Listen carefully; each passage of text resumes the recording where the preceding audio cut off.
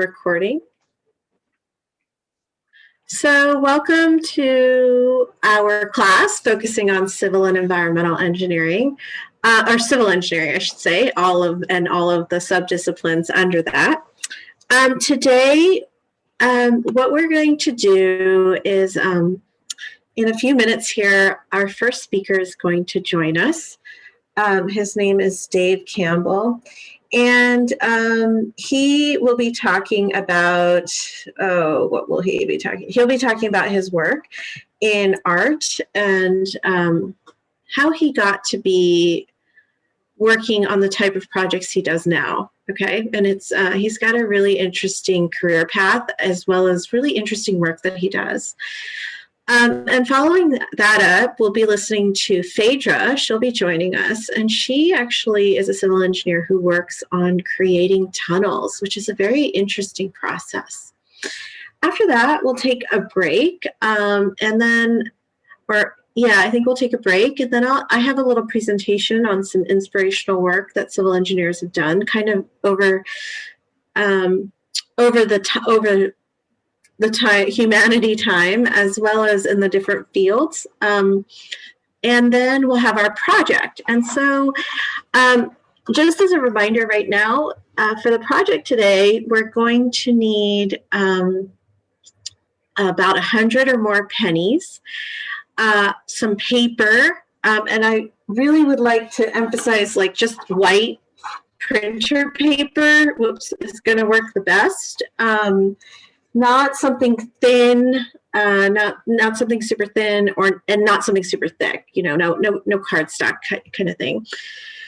And then 2 books that are about equivalent thickness, or 2 cereal boxes, or anything just kind of to lift up away from the desk you'll be working on, to lift your project up, and a ruler will be the things you'll need for that.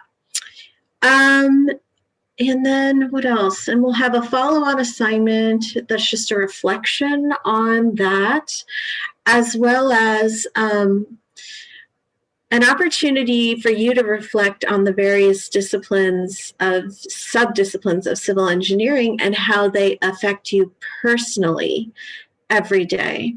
So that'll be a discussion board post that follows up today's project. In addition to that, there's a homework from one of the chapters, and there's a quiz as well. And I hope that all of you have been setting appointments and meeting with Joanne as well, as a follow-on to what she discussed. Any questions on any of that, of what's coming up?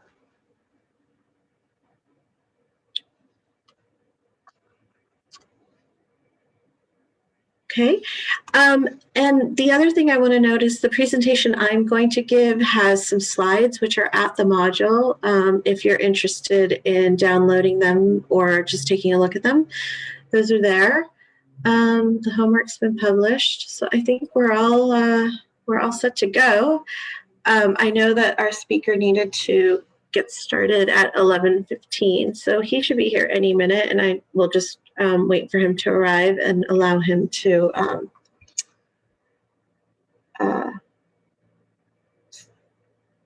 begin, basically. All right, so let me just find something here.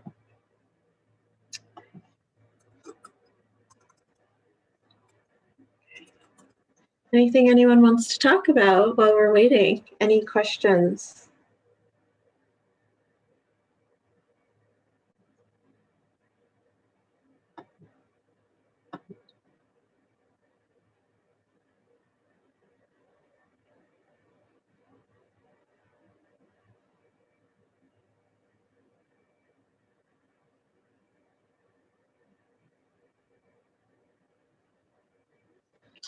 All right, and Dave has joined us. So wonderful, right on time. Welcome, Dave. I always try to land exactly on time, not 2 minutes early. just finishing a call. So it's it's one thing to the next every day. That's sort of the way things go. Yeah. Well, everyone, this is Dave Campbell. As I mentioned a little bit before, he studied art at Cabrillo and then moved to engineering. He transferred to Cal Poly and graduated in 2007 with a degree in civil engineering and in particular in structural engineering. And he's going to talk to us about the work that he does. I feel like you're an architectural firm, now, and the kinds of projects he works on and how he's parlayed all of his background into the work he does currently.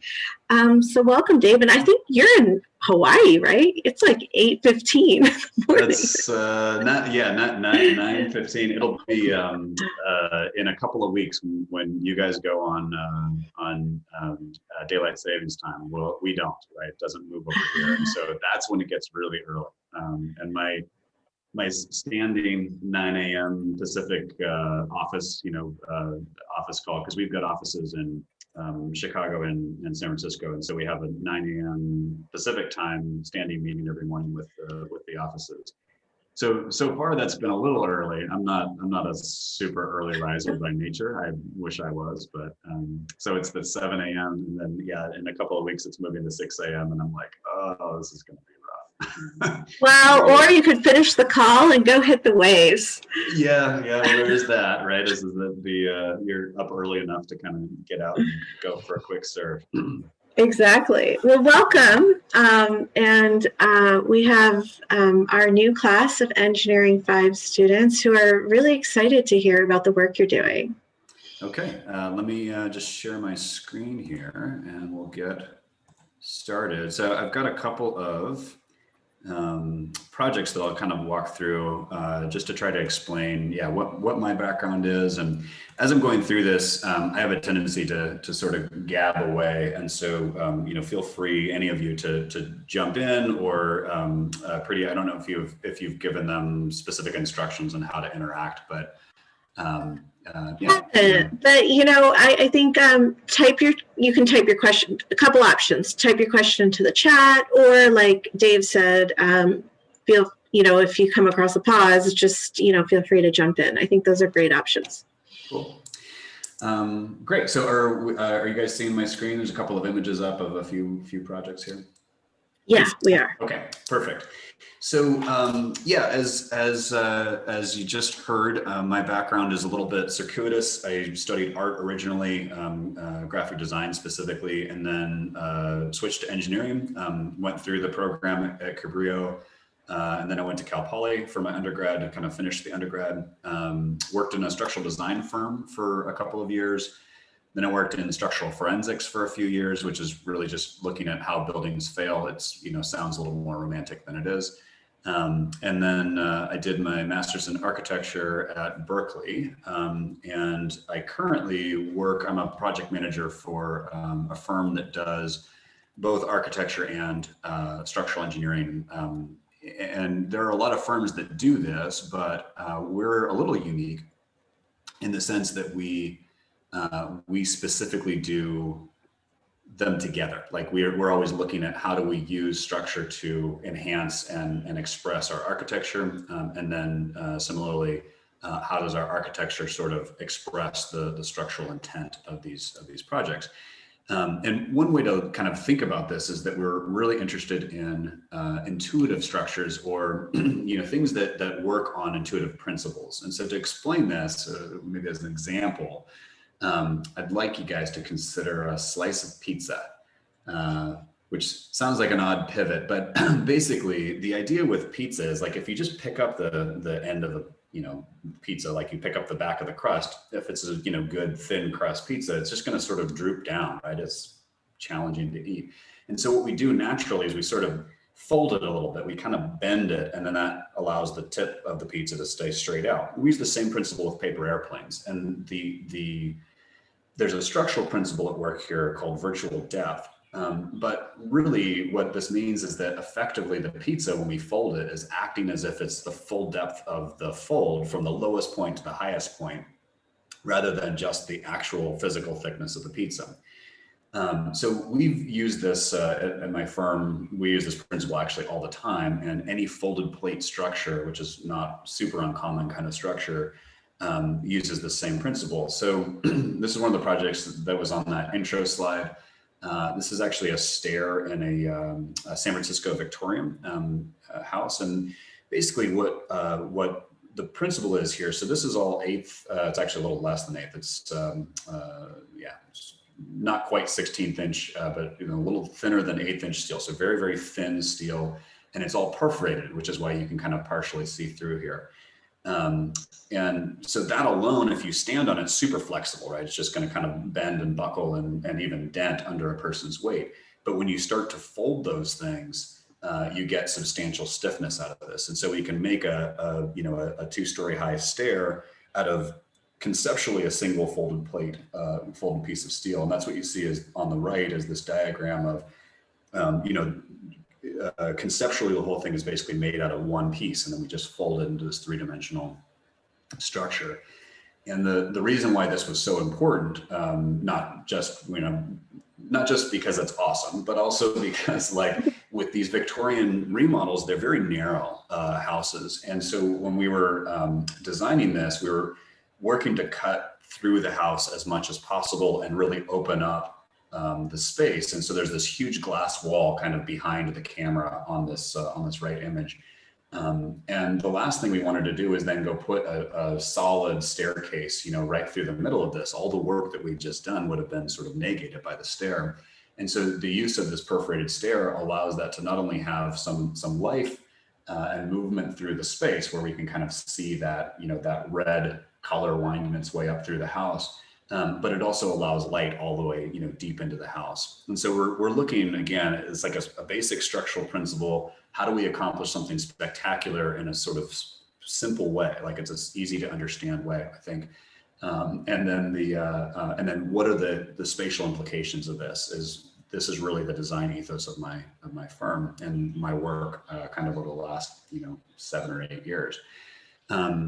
So the next project I wanted to look at kind of builds on this a little bit, or this idea. And so this was an idea of a flat packed adjustable pavilion. So you could basically break this down and you ship it in a box, and then you could pop it up into these little shade structures. And the exploration here is kind of related to that idea of folding. It's connected to an idea, oops, sorry about that. It's connected to an idea of bending. And so if you think about like a sheet or a pad of paper, if we have a force in the middle of this, the whole thing sort of flexes, right? It deflects. But if we take that same material and we turn it the other way, and we try to push in that middle, and things fall out of our notepad, it's very stiff, very strong. So the orientation of material is really, really important in terms of how strong it is particularly in a bending orientation. And so what we did, you can see these little curved patterns here. Basically what we were looking at was, could we locally control the depth of the material in order to create specific types of bends? So you take a flat square element, and if you sort of have a low spot, that creates a soft hinge or a very kind of locally weak area. And then as you flex that, it naturally bends the shape into whatever form you're trying to make it take on. And so with this, basically with the same system, but just changing the location of these curves, we create hinges in different spots. And the set of bottom diagrams there is showing a number of different orientations and iterations of the same system, right? Just slightly different CNC milled curves. So moving on to maybe something a little bit larger. This is a bridge that we just had finished. It's actually almost a year old now in terms of being opened in March of last year. And this is in Ohio, so it's just outside of Columbus. It's a pedestrian bridge. It connects. What you're seeing in the background here is the old town, which is kind of the old commercial and tourist center of this town, to this new development that's on the other side of the bridge here, on the other side of the river here. And so this bridge it's super unique. But the main thing I wanted to focus on here is, again, trying to look at. It looks very complicated, and there are some very complicated structural problems here. But what allows us to sort of approach these is from very simple principles, very basic principles. So when we look at that central tower, for example, the cable that supports the whole bridge has a huge downward force, right? And what we're looking at is like when you split that force to create space between this, and this is what we do with houses, right? With a roof, it's what we do with all buildings to a certain extent, is we take a vertical force and we orient it into either two angles, or we use an arch, or we use some other means of transferring that vertical force to, a vertical force somewhere else. So here we split that vertical force into two, diagonal forces, which creates a thrust, right? It's a little unbalanced. And so the tendency would be for that element to just sort of kick out and flatten. And so we tied it back together again. And then that creates two smaller vertical forces that go down to the ground. And then using a principle called stress shaping, we basically smooth out that process, which makes it a little bit more efficient. And that eventually gives us the form of this eye of the needle tower. And this third image here that you can see, that's the actual stress gradients for how forces flow through this tower. And the tie, which is sort of missing in the third image there. But this structural tie, which is connecting across here, we use the bridge deck for that. So basically the bridge flies through the center of the tower and actually holds the tower together, resolves that thrust. Let's see. Could you talk a little bit about like how you're creating these images, the software programs you're using? Yeah, that's a great question. So we work really heavily in a program called Rhino, which is a three-dimensional modeling program. Rhino is for architects, it's sort of the gold standard. It allows us almost total flexibility in the geometry without putting too many limitations on us. So there's the other kind of major programs that you guys have maybe heard of is Revit on one end, which is a building information modeling software that Autodesk, who makes AutoCAD, produces. So you've got Revit, you have a program like Rhino, and then you have programs like Sketchup. And that's sort of a gradient in terms of what they're used for. So Sketchup is an extruder, which means that it is very, very fast to model sort of traditional kind of rectilinear forms. It can also do curves and very complicated things, but you have to be a little bit more advanced to do that. Rhino was actually originally designed for boat building. And that's one of the reasons why it handles these very curvaceous forms really well. And then Revit is much more of a documentation program. So Revit knows that you're modeling a building, which means that, it's really hard for our work. One of the reasons why we don't use Revit is that it is expecting a wall to be vertical like a wall. And a lot of times our walls are not exactly vertical. Our doors aren't exactly door shaped, and our windows might be partially on a wall side and partially on the roof. And so sometimes we'll use Revit at the very end of a project just for documentation, but for design and for a lot of these diagrams that I've been showing, we use Rhino. And then Rhino has a bunch of plugins that basically add functionality for structural engineering and computational design and this sort of thing. Thank you. Sure. And actually, this is probably a good moment since we're talking about software. This is one of the renderings of the bridge. And so this was produced with a plugin for Rhino called V-Ray, which is a sort of a standard renderer in the industry.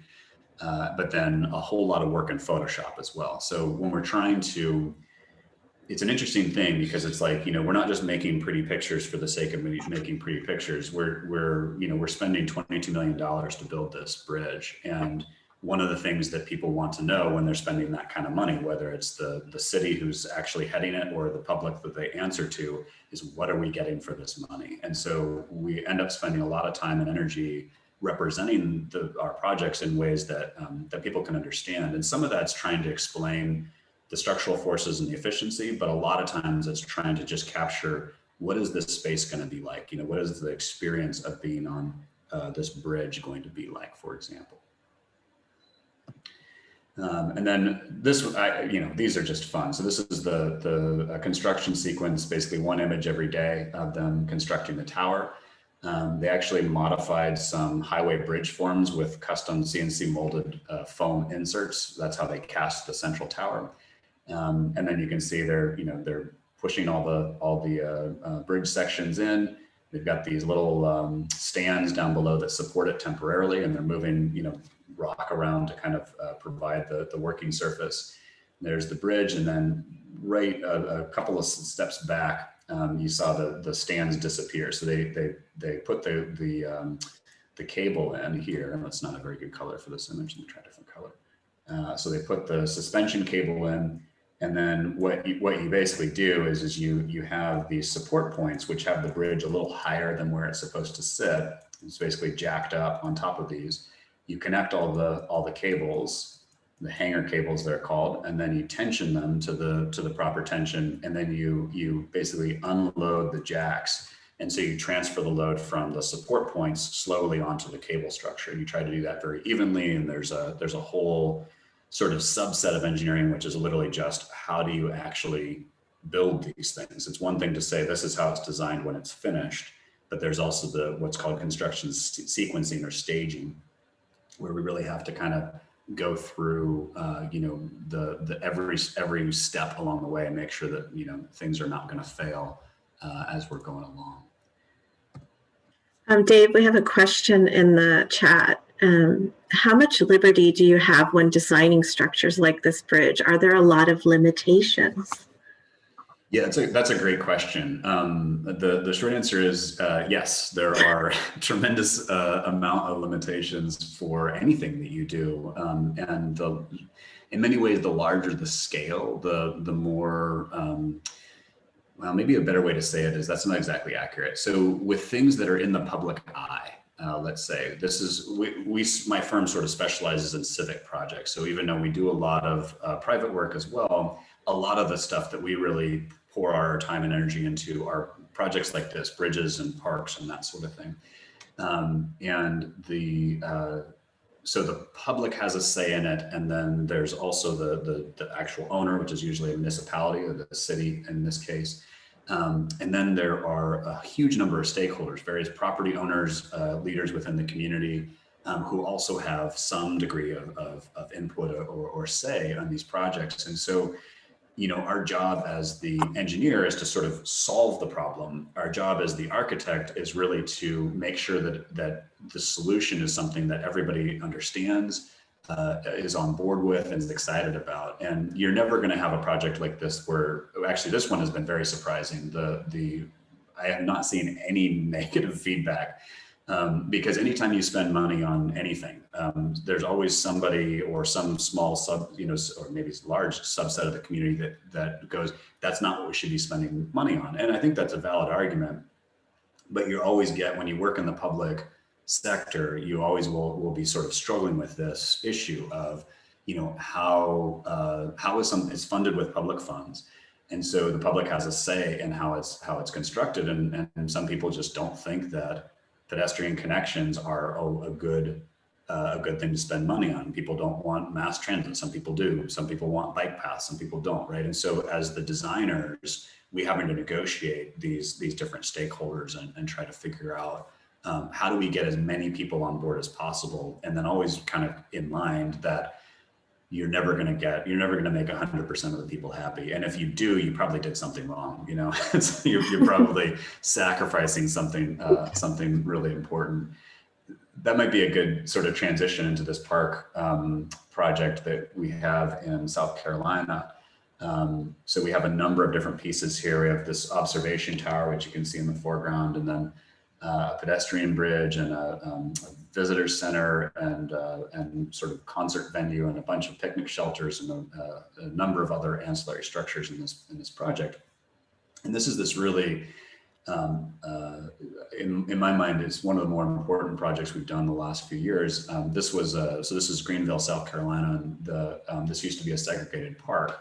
So the background here on the far side of the river, so it's maybe not super clear where the river is. The river is this riparian zone right here where the bridge goes across. And basically this park was the white park and this park was the black park. And they literally used the river to separate these things. And so for us, as we were approaching, you know, the different elements in the project, one of the things we were primarily concerned with is how do we build this connection between the two sides of these parks to really try to symbolize both, practically and symbolically, but how do we really, evoke this idea of unity, and kind of sort of including all the communities in this area as the city moves forward, which is really important to the city.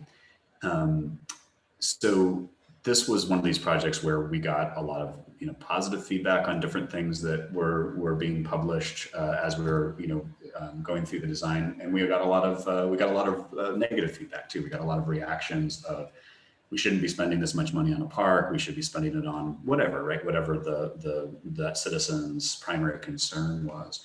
And in the end, because we sort of hit, and this is just bad timing, this is something you guys are going to have to deal with in your careers as well, is you sometimes will, especially in civic projects, you spend a tremendous amount of time and energy and effort designing and working through these things.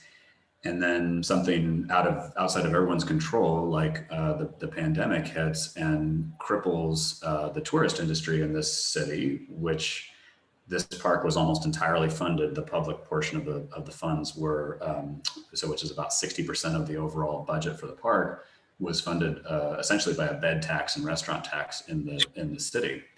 And so all of a sudden it went from being something where, the city is booming and everyone's like, yeah, this is a great thing to, well, not everyone, but there was good consensus. People really wanted it, to being where the city council was basically like, we cannot spend $40 million on this park of money, that came from restaurants and hotels when those restaurants and hotels are closing, and really struggling, which I agree with. I think that they made the right call, but it's pretty heartbreaking because a lot of this stuff got cut or reduced or postponed. And so the one of the positive things for me is that this observation tower, which is one of my favorite pieces of this park, and we worked really hard to kind of develop this, but that observation tower, they just phased it out of the project rather than canceling it. And they're seeking private funding. So basically we're in the process now of trying to find enough manufacturers and corporations in the area who are willing to put forward the money to actually build this thing. And it's going pretty well. I think we'll be able to start construction about maybe a year and a half. Yeah, it's a challenge when you're working in the civic realm, for sure. So is the park not built? Is that what you're saying? It was designed and then not built at all? Yeah. Well, so no, they are building. So they're still building the park, but basically a significant number of the pieces. And if I just go back a couple of slides, so basically the bridge got redesigned. So they're still having a bridge here, but all of our architectural and sort of structural expression got axed. So it's just a very simple kind of crossover now. This visitor center got cut basically in half. So and I don't have any detailed images of this for this quick presentation here, but the band shell area, that's cut. The visitor center got much more simplified. They changed a lot of the actual landscape architecture details have been reduced or simplified. So they're still doing the park. It'll still be a good asset for the community, but it's the sort of scope and vision had to be scaled back substantially just because of the reality of the moment that we're in. Wow. Things go sometimes. So, I wanted to show a couple of quick images, and I know I'm kind of running out of time here. I wanted to leave a little bit of time for questions, but just really quickly. So I wanted to show this one to sort of encourage you guys as you're considering what sort of segment of engineering you move into and how you develop in your professional careers and experiences, to not forget about understanding, in engineering, we often call this back of the envelope calculations. Basically, it's the conceptual sort of proof. So you're not doing the full detailed calcs. You can do simplified versions, which get you most of the way there. And in a similar way, being able to hand sketch and sort of understand how something gets assembled this is really how our work gets done. And then the three-dimensional model that's on the right, that's the proof of it, right? That's sort of this sketch is 78 or 75 or 80% of the design. all the calculations and the aesthetic of it are all being set kind of off of this detail. And then once we have that, which we can produce and iterate on very, very quickly, we can make these models to sort of validate and define our concepts. And so here again, you know, is on the left is a series of sketches for what these different, you know, ideas were, and then the final design shown on the right.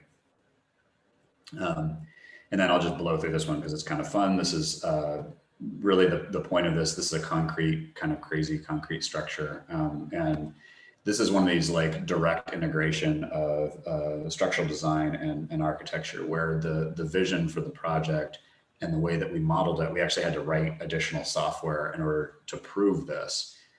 So this is the stress of this concrete structure, but with every material, there are different building codes you have to abide by, and concrete has some very specific characteristics because there's the concrete, but there's also steel, so it's a composite material.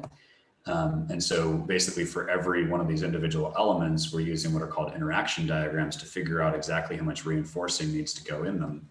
And from that, we mapped that back onto the model. So instead of just showing the stress, we're actually showing, you know, where the reinforcing is required, the high points and low points of reinforcing. And then we had an algorithm that smoothed that out so that we can basically, you know, get this from something where structurally we have the understanding of the problem, but then we have to kind of march that all the way through into something that is buildable, that can actually be constructed. This is kind of a fun project because this is all very digitally controlled. So this curve here for the dome was all CNC'd, so it could be as precise as possible. And then all of the formwork for the concrete is also every element was modeled, oriented, and CNC milled, and then eventually installed, you know, as the formwork for these guys. And because this is such a novel project, we also had to do full-scale mock-ups, which is something that you guys will probably have to do at some point in your careers as well. Yeah, this is under construction now, so it's you know, a little bit further advanced from what we're seeing. All right, Cool. Took it right up to the my time limit here. That's okay. Do we have any questions for Dave about the work he's doing or his educational path? I have a question. Go ahead. First, I want to say thank you for the presentation. I'm really interested in the work you're doing, and I'm a fan. But I wanted to know a little bit about, I was wondering if you can speak on your trajectory from transitioning from art to structural engineering, and what the setting was for you to decide that transition, and what the timeline was for you to actually like go from one to the other. Yeah, it's a great question, Luis. So you know, you always have different sort of things that precipitate movement if you're kind of shifting career goals or educational goals. And for me, there's a lot of things happening in my life that sort of made me take a moment and say like, okay, well, what do I actually want to be doing for the next, even if it's the next 5 to 10 years, as opposed to like, what am I doing right now, right? And I think up until that point, when I was studying art, I was really thinking like, what do I want to be doing right now? And then I started to think like, well, what do I want to be doing in 5 years or 10 years? And you know, some personal stuff, but also just some, as you get into a career in graphic design, you sort of realize, and I think this is true in probably most professions, but you sort of realize like what your daily looks like as opposed to what you thought it might look like when you were in school. And that sort of put a question in my mind of like, you know, do I want to be doing this in 10 or 15 years? And the answer was like, well, in some form, yeah, that'd be great. But it didn't feel like there was enough meat to grab onto for me. It wasn't challenging enough. There didn't seem to be enough direct, you know, impact on the physical world, on other people. You know, engineering had always been something that I had some background in. I always made stuff growing up. I worked on cars. I had some, you know, interests in how things work and figuring those things out. And so, you know, at this transition point, I was like, well, maybe I'll take, and actually I didn't take engineering 5. I'm not even sure if 5 was there at the time. Probably was.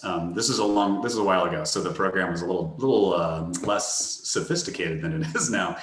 And but so I took a class with Joanne, who I don't know if you guys have met or had classes. Oh yeah, with. She's co-teaching this class, so they know her. Great. Okay, great. So you guys are well acquainted with Joanne, and I was just like, this woman's awesome. Like she's like making me super excited about the way that we're solving problems. And I actually distinctly remember doing in the material science class, looking at candy and trying to like understand the material properties, like the tensile strength and the ductility of like Laffy Taffy. And I was like, this is great. I love this, And so that really sort of set me on that trajectory of trying to understand more specifically how things work, and being able to not just understand them intuitively as I was sort of driving at, but also be able to take that next step and back them up with, with an actual theoretical, proof of those intuitive ideas.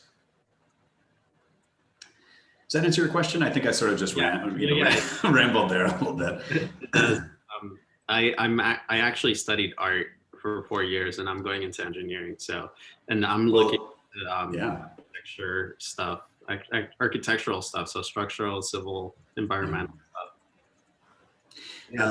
One thing I would recommend if you haven't started looking into this already, but there is at Cal Poly and K-State and a few other programs, there's a major called architectural engineering, which is it's focused primarily on structural. And so like my undergraduate degree is in civil with an emphasis in structure. So I took a lot of structures classes, but I also took, wastewater and transportation and a bunch of other classes, which were super interesting, but they're not something I use every day. And so it's one of those things where if I was going to go back and do it over again, I probably would have done architectural engineering because it would have been more of a direct exposure to, you actually do some design studios, you work with architects. It's housed at Cal Poly, it's housed within the College of Architecture, not the College of Engineering.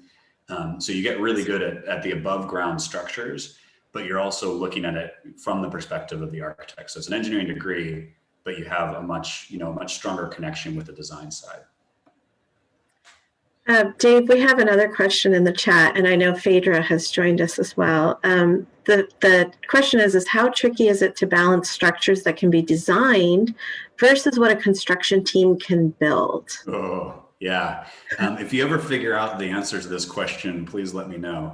So to try to keep it relatively short, this is a huge challenge, and one of the things that we always are doing is working our way through the construction process as we're designing things. But it's also you try to get to know people who are building these things and get to know a location. One of the biggest challenges for us is because we work all over the world.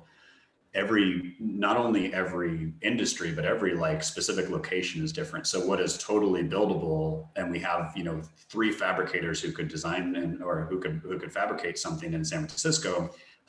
We go to South Carolina and people are like, whoa, we don't know how to build this. So the level of documentation is different. One of the ways we try to mitigate that is by meeting very early with fabricators whenever we can and try to get them on board with the design idea, and also get their input in like where they're going, well, you guys think we can do it this way, but we can't. Could we do it this way instead? Or that would be really hard, we think, and so as you guys are progressing in your careers, maybe I'll just leave with this thought, is make sure that you are listening to contractors. Make sure you're listening to the people who are building these projects and asking them questions and trying to get feedback from them. For me, like something like half of the wood framing details that I use regularly, I've gotten from carpenters, not from other engineers. So definitely make sure that you understand that this can be a very fruitful partnership. It can be very trying at times. You have different motivations and it can be stressful. But, at the end of the day, you guys are all on the same team. You're trying to complete something, that everybody makes money on, and the project is finished successfully and the client is happy and it's a beautiful, precise work.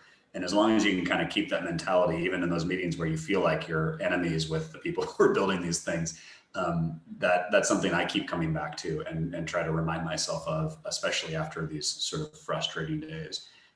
So yeah, it is a moving target all the time. The technology is always changing. and the locations have a huge impact on what builders are comfortable with. Cool. Thank you so much, Dave. This was so great. And if they have any more questions, I can forward them on to you. Yeah, absolutely. All right, go hit the waves.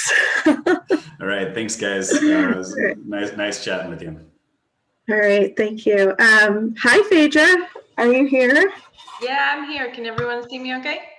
Yeah, we can see you. So this is Phaedra Campbell, and she is also a Cabrillo alum, but she studied engineering and then transferred to Cal Poly. And there she met a professor who set her on her current path. I think that's kind of the best way to sum up her educational and career path. And I think she's coming to us from Hawaii. Yes, in the other room other than Dave. So Dave is my husband, and we actually just transferred out here on Monday. So last Monday for a project, which I'll talk about a little bit. But just maybe in how to get projects actually. So yeah, let me start my presentation here. Let me share my screen.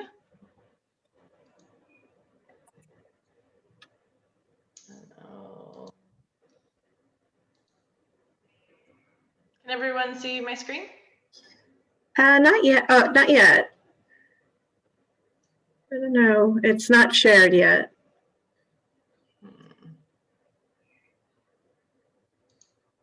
Ah, there it goes. We have been having some internet issues, so yeah, we just got internet set up. So, all right. So I'm a PE, professional engineer. I have certifications both in California and Hawaii. So about 14 years ago or so, I was actually in your guys's position at the Engineering 5 class at Cabrillo. And I actually, I was in the same courses that Dave was in, and I also transferred to Cal Poly in San Luis Obispo. And my general interest was in soil and geotech, mostly because I just like dirt. And that was just something that I was really into and I thought was really interesting. And I was also interested in structures. So and as Pretty said, I pretty much got my job and into the industry that I'm in now, which I'll talk about in just a second, because of a professor at Cal Poly. I was right about to graduate, and I was also part of the Engineers Without Borders group at Cal Poly, which I'll talk about a little bit. And I was in his office, and we were talking about EWB, and he was the advisor, and he said, "What are you doing after graduation?" And I said, "Well, I applied to a couple places, but and I mentioned like one of the places I applied to that I thought was interesting because I always kind of liked weird engineering jobs and weird jobs in general. And I said, maybe tunnels, I don't know." And he goes, "I know a guy." And he literally picked up the phone while I'm sitting there in the meeting or just in his office.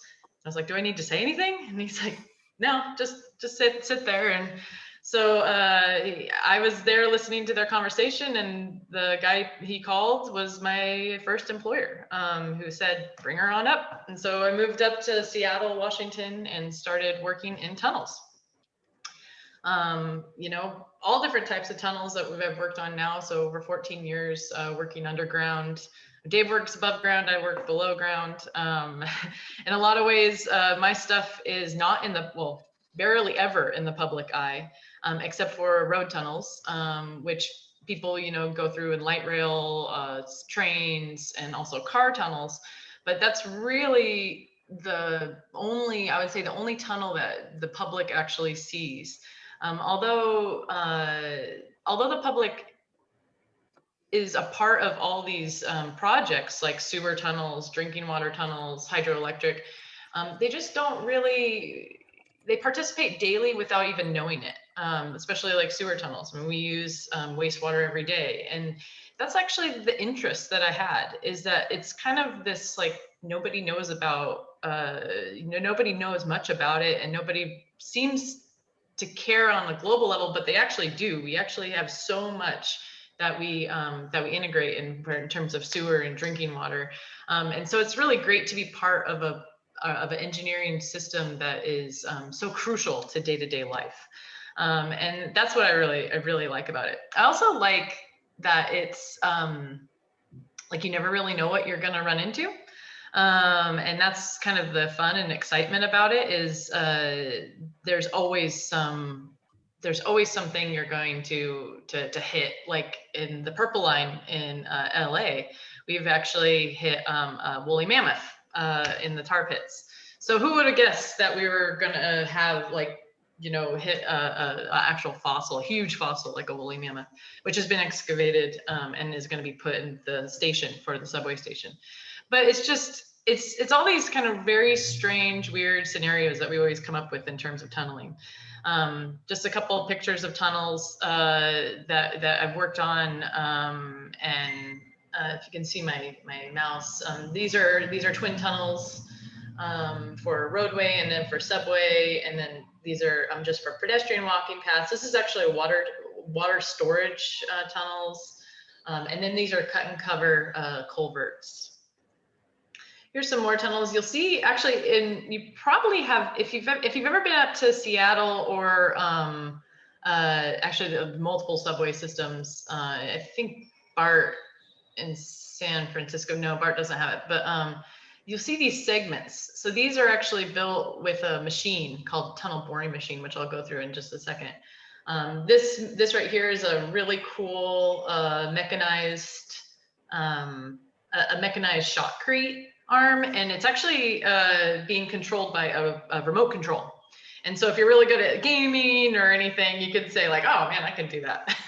It's pretty interesting. And we have these like huge pipe systems. And when I say tunnels, like I mean large diameter tunnels. I mean, these are like, you can work on small diameter projects, 2 to 3 feet, maybe even 4 feet. But what I really like to work with is anything that I can walk into. And I don't mind, you know, doing small stuff as well. But when you start to get in these grand scale projects where you're in 20, 40 foot diameter machines and excavations, it's just a whole nother ball game, and it's really fun and really exciting. And you get to interact with so many different types of people from all different backgrounds. And that's what's really great about engineering in general, is that you're not just sitting with a bunch of engineers. You're also sitting with hydraulics personnel, operations, people in marketing, people in finance, scientists. You have so many different people that you're working with, and you can learn so much from everyone, which makes it really fun. You know, one of the ways to excavate a tunnel is by blasting. And I thought I had a video, but I don't think I have it up right now. But basically you're drilling holes into the face and of a tunnel like this, using this drill here. And then you pack them with explosives. We're very safe, but it is very fun. I'll be honest that one of my most fun jobs I've ever worked on is where I got to send off a charge. And I'm a designer, so I don't usually, designers tend to not be the one to set off the charge, but I worked on site, because as a tunnel engineer, you design and then you have to go to the site to make sure that what you designed is actually according to what is going on. Especially because you don't know what you're always going to hit, that you kind of need to be on site to be able to make quick decisions and be able to, you don't get cell phone coverage in a tunnel. And so you have to make a quick decision about what to do next if you run into something that's an issue. And so I made friends with one of the superintendents, so I got to lay the charge, which is fun. And then the other method is using a road header, which kind of looks like a Total Recall movie like machine that, you know, is kind of take apart the rest of the world. But it is a really weird machine, but it just grinds away what's in front of you. And then this machine is called a tunnel boring machine. This is like the most common machine that you would see nowadays. I think it has been getting a lot of press lately because there's companies coming out like the Boring Company who are kind of showcasing machines like this. But there are about 6 or 7 different manufacturers of tunnel boring machines all over the world. That's another thing about tunneling. The United States tends to be a little bit behind when it comes to using tunnels, building tunnels. The people who have been the most influential over the last couple centuries is Europe, Norway, France. They have the channel there between England and Paris, and you know, and actually also China and Japan. In Japan, they have you know, 2 TBM manufacturing companies. Germany has a Heron Connect. The United States does have one, but you know, and we're slowly up and coming and kind of considering that tunneling is a good way to go. Mostly because land is expensive, and so if we can go underneath and try to minimize the imprint, the footprint at least on the surface, it maybe is the better way to go, especially in terms of traffic. But how the machine works, and I'll just give you a quick lowdown, is this is called the cutter head, and the cutter head rotates, and it starts to score the ground as it moves forward, and so it's scoring the soil or the rock, and as the rock and soil gets excavated, it drops down to the base and what we call the invert, and then it gets pulled up through a conveyor belt, a screw conveyor, which was actually designed by Da Vinci. So we're using like technology that's been designed, you know, centuries ago, and we're still using them because they work. And then as the material goes through the screw, comes up, it drops onto a conveyor belt and then gets sent all the way out to where you have a shaft to get the material out.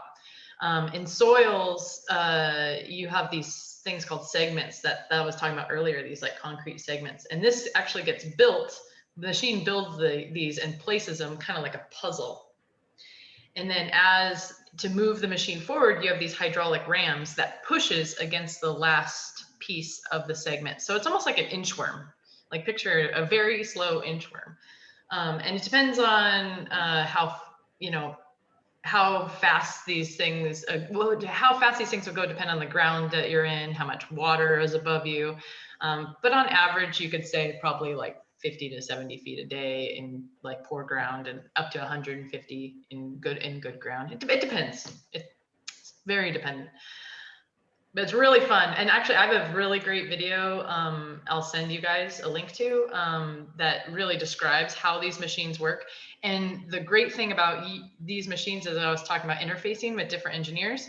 Like this is a mechanical and electrical engineering marvel, and mixed with a civil engineering and geotechnical engineering. And so you're meeting with so many different people about this, and then operations as well. I just want to give you a couple projects, because as you drive around, and I don't know if anyone has been through in the tunnel, Caldecott Tunnel between Walnut Creek and Oakland, but I recommend to take Highway 24 and going through the Caldecott Tunnel, which is, there's 4 tunnels. 3 of them are on the southern side, and they are old tunnels. But the newest one is on the northern end. And so if you're driving from Oakland or Walnut Creek to Oakland, get in the right-hand lane and make sure you get into the new tunnel. And you can see the tunnel will look, let me look like this. So the phase 1 and phase 2, this is how the tunnel looks in your drive through on either side. I think I have a final photo of it. There we go. Driving through. And this tunnel was excavated using a road header into a phase 1 and phase 2. And the reason why we did this is phase 1, we cut just the top because you could reach it, right? They're like simple concept, but but sometimes you don't think of the simple things. And that's one thing you always have to come back to, is if you're making engineering too hard, you might want to pull back a little bit and just see if you can see things in a little bit more simpler light, because there is a simpler approach, and this is what our approach was: is see how we could actually do all the work at the roof by only excavating the top half, and then once this was done, the roof was done here, we were able to drop it and do the second half underneath. It's just a really like a simple way of solving that problem. The other thing I just wanted to pull out here is, like, this is the lead up to the tunnel. And so you can see these benches these in rock. You know, the best way to know what's going on geologically is just driving around and seeing what the cuts in the roadway look like. I mean, this is like one of the main areas that we were able to design the tunnel for, is because just walking out here and crawling up on the rock. So always look around you. The other tunnel project I've been working on, I know I don't have like a ton of time, so I'm going a little quick. You're good. You're good. Okay. The other project that I worked on, which is the Kaneohe sewer project in Oahu. So I worked on this project as a sewer tunnel about 6 years ago, and it was a great project. It's a sewer project. We threw in rock and soil, so we used a tunnel boring machine and a road header. It's about 4 miles, 15 foot diameters.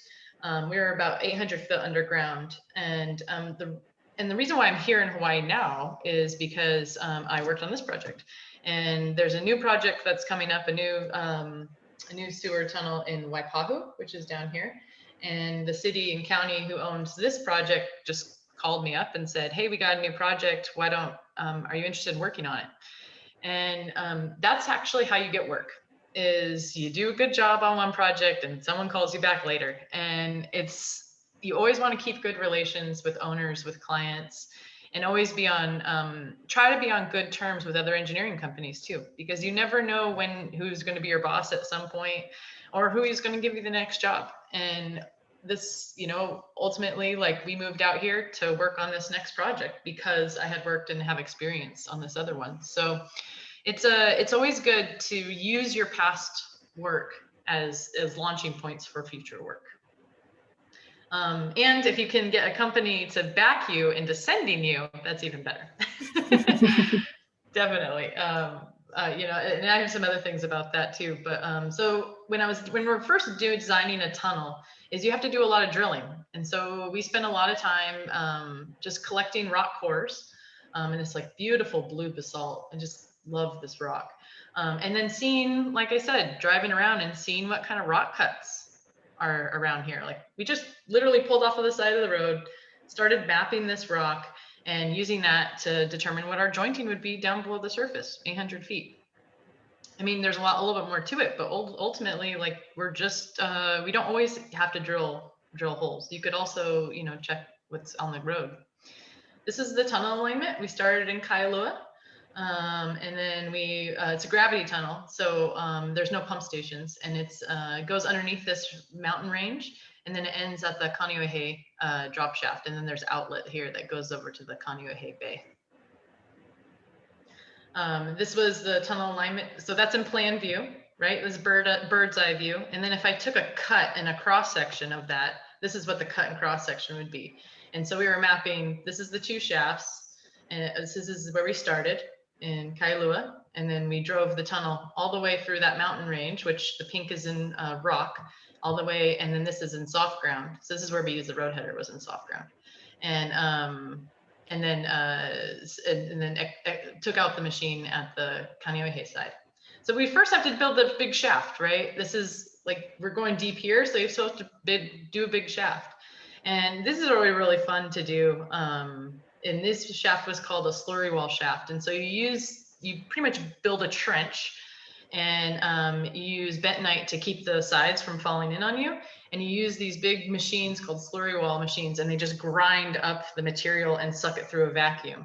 And then you have a rebar cage, and then you tremmy the concrete from the bottom up. And so it makes these really nice concrete panels.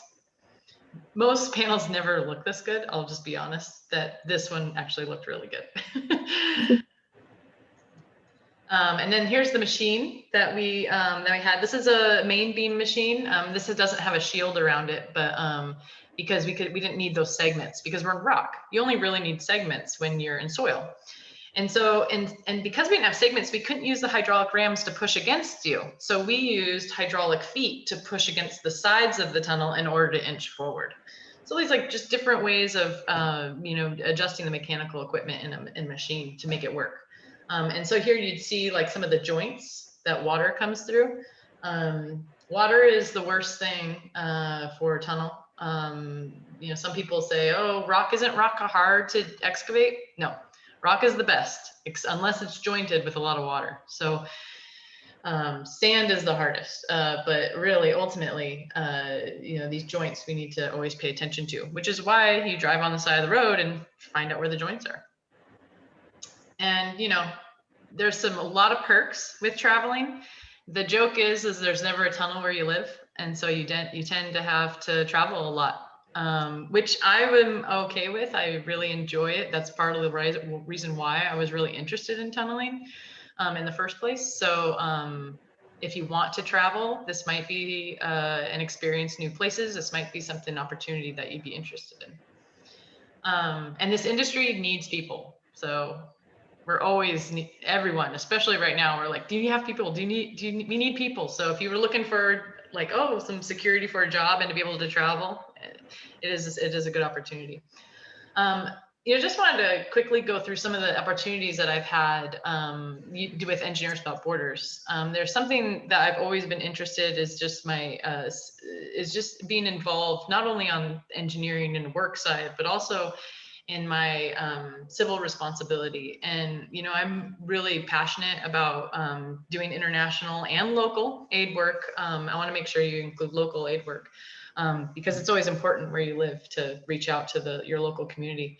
But, you know, when I was with Engineers Without Borders, I had worked in a project in Thailand, and this is a couple of my old colleagues in school. And we were working up in the mountains and we were building a slow sand filtration system. I mean, this has nothing to do with tunneling, but, you know, as engineers, you tend to have that critical thought process. And that's what you're in this engineering 5 class, you're in engineering 10 and 25. And the whole goal of those classes is to try to like help you think critically and help you like come up with this idea of how to form solutions, problem solving capabilities. And so just because it's not in your field doesn't mean that you can't do it. You might not be the perfect person for it. You might need help with it, getting the experts, but you can have this ability to really solve problems. And once you get your degree in engineering, believe me, everyone's going to call you and ask you every little question about everything. You know, my mom calls me when anything mechanical or structural goes wrong. And so, and not that I have the right answer for everything, but I usually, as an engineer, you usually try to get there. You know, you usually try to solve problems a little bit more. So it's just, you know, you can use your abilities for other things, such as doing work outside of your realm. And it's always important. You get such great perspectives from doing these projects. And it also is a lot of fun. And then, so I did also a project in Nigeria, doing a orphanage support center. And I was part of the survey team and survey crew. I just love this landscape with these huge boulders. They're just absolutely fantastic. And you know, we collaborated with local workers too, and it was just such a great opportunity. And some of the kids got involved too, which is always really fun. When you travel, is like seeing like the local kids just get really excited about what you're doing. And so we were helping do some designs, and then we were doing some water, definitely some water comparisons using, I don't know if you ever use pure water, lost my train of thought, chlorination, but it's like the black is just regular from the house and the well, and then we treated it with pure, and then that's it cleaned it up within 24 hours. And then we also did another test at another well. And so these like, you know, it's just amazing to be able to travel and see some of these things and realize like how these things like pure really are important for the health and safety of communities. And then there's always some fun like running around. And so then we were also working on some wells, which is really great. So I've also worked in Iquitos in Peru on the Amazon River, doing a stormwater collection system. This was a fantastic place. I actually did this with EWB as well.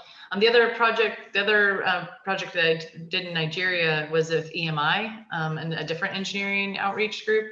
And I actually still work with EMI, and I go to Uganda every year to do projects with EMI. However, last year I didn't get to go. So this year I hope to go. So that'll be my 4th year going. But this project is in the Amazon, which it's pretty epic. It's pretty amazing. We were, going to these small communities and working with the locals on building these rainwater catchment systems. And such great people. I learned so much on this project, because this is, like I said, this isn't my wheelhouse, but, building the frames is, but, I learned so much about these systems and how the locals use them. And what's great is I was really influential in designing this platform because Amazon floods every year, and the water level actually gets up to here. And so they still need to get water. And so we had to, just make sure everything was designed appropriately in order to make sure they got water during the rainy season, and they used their canoes to get their water. And we have a training course for the locals. And then we actually I haven't gone back here, but this team goes back every year to make sure all the systems are working. And we have about 8 systems right now. And we've actually gone through and started training the local crew to, and actually this guy, Jose, he's been influential. He lives there, and help training locals to build them themselves, and helping getting the resources financially in order to do that, in order to drink clean water there. Yeah, these are previous systems that they check on every year. And of course, how would students get involved? Through EMI, so EWB is the perfect way that students can get involved. Because EWB is designed for students. And if you're interested in this kind of stuff, make sure you look at universities that have EWB programs already set. I was I helped start the first EWB program at Cal Poly. And not that I wouldn't recommend going to a university that doesn't have one and starting one, but it's a lot better if you go to one that's already set, because they're already working in the communities and they already have things going. And so if you're really interested in it, go to a school and just call them up and start going to their meetings and just get involved. It really will help change your life. It really will help you see things in a different perspective. It'll make you a better designer. And more sympathetic to the situations and how to design in such different environments. I mean, you have so many different things that you have to consider that you don't hear in the comfort of your own home. And so EWB is the first one, and then as you graduate college, you could look at other organizations like EMI or EWB professional chapters, which they do have professional chapters that you can move forward with. But it is so rewarding, and you really gain friendships for life. I keep in touch with people all over the world because of this. And now that we have social media, and everyone has cell phones, which is fun, because I keep in touch with Jose through text, and he doesn't get cell phone reception everywhere, but so we always just keep in touch with one another. And so, or WhatsApp is usually what we use. But yeah, then we found this crazy snake. And then there's me pretending I can lift up one of those, the huge chainsaw. And yeah, it's just an amazing place. And I give you these pictures to encourage you, because you're not just doing engineering the whole time. You're visiting with people and community, people are interested in why you're there. And so they're always what are you doing here? And so you share things about your life, pictures of your friends and your family, and where you live, and then they share things with you, their local food, and celebrations, and learning just like, oh, this is the tree that you cut if you're thirsty and you're in the jungle, and just, it's really amazing. It's just a really unique opportunity. So I want to encourage you all to do that.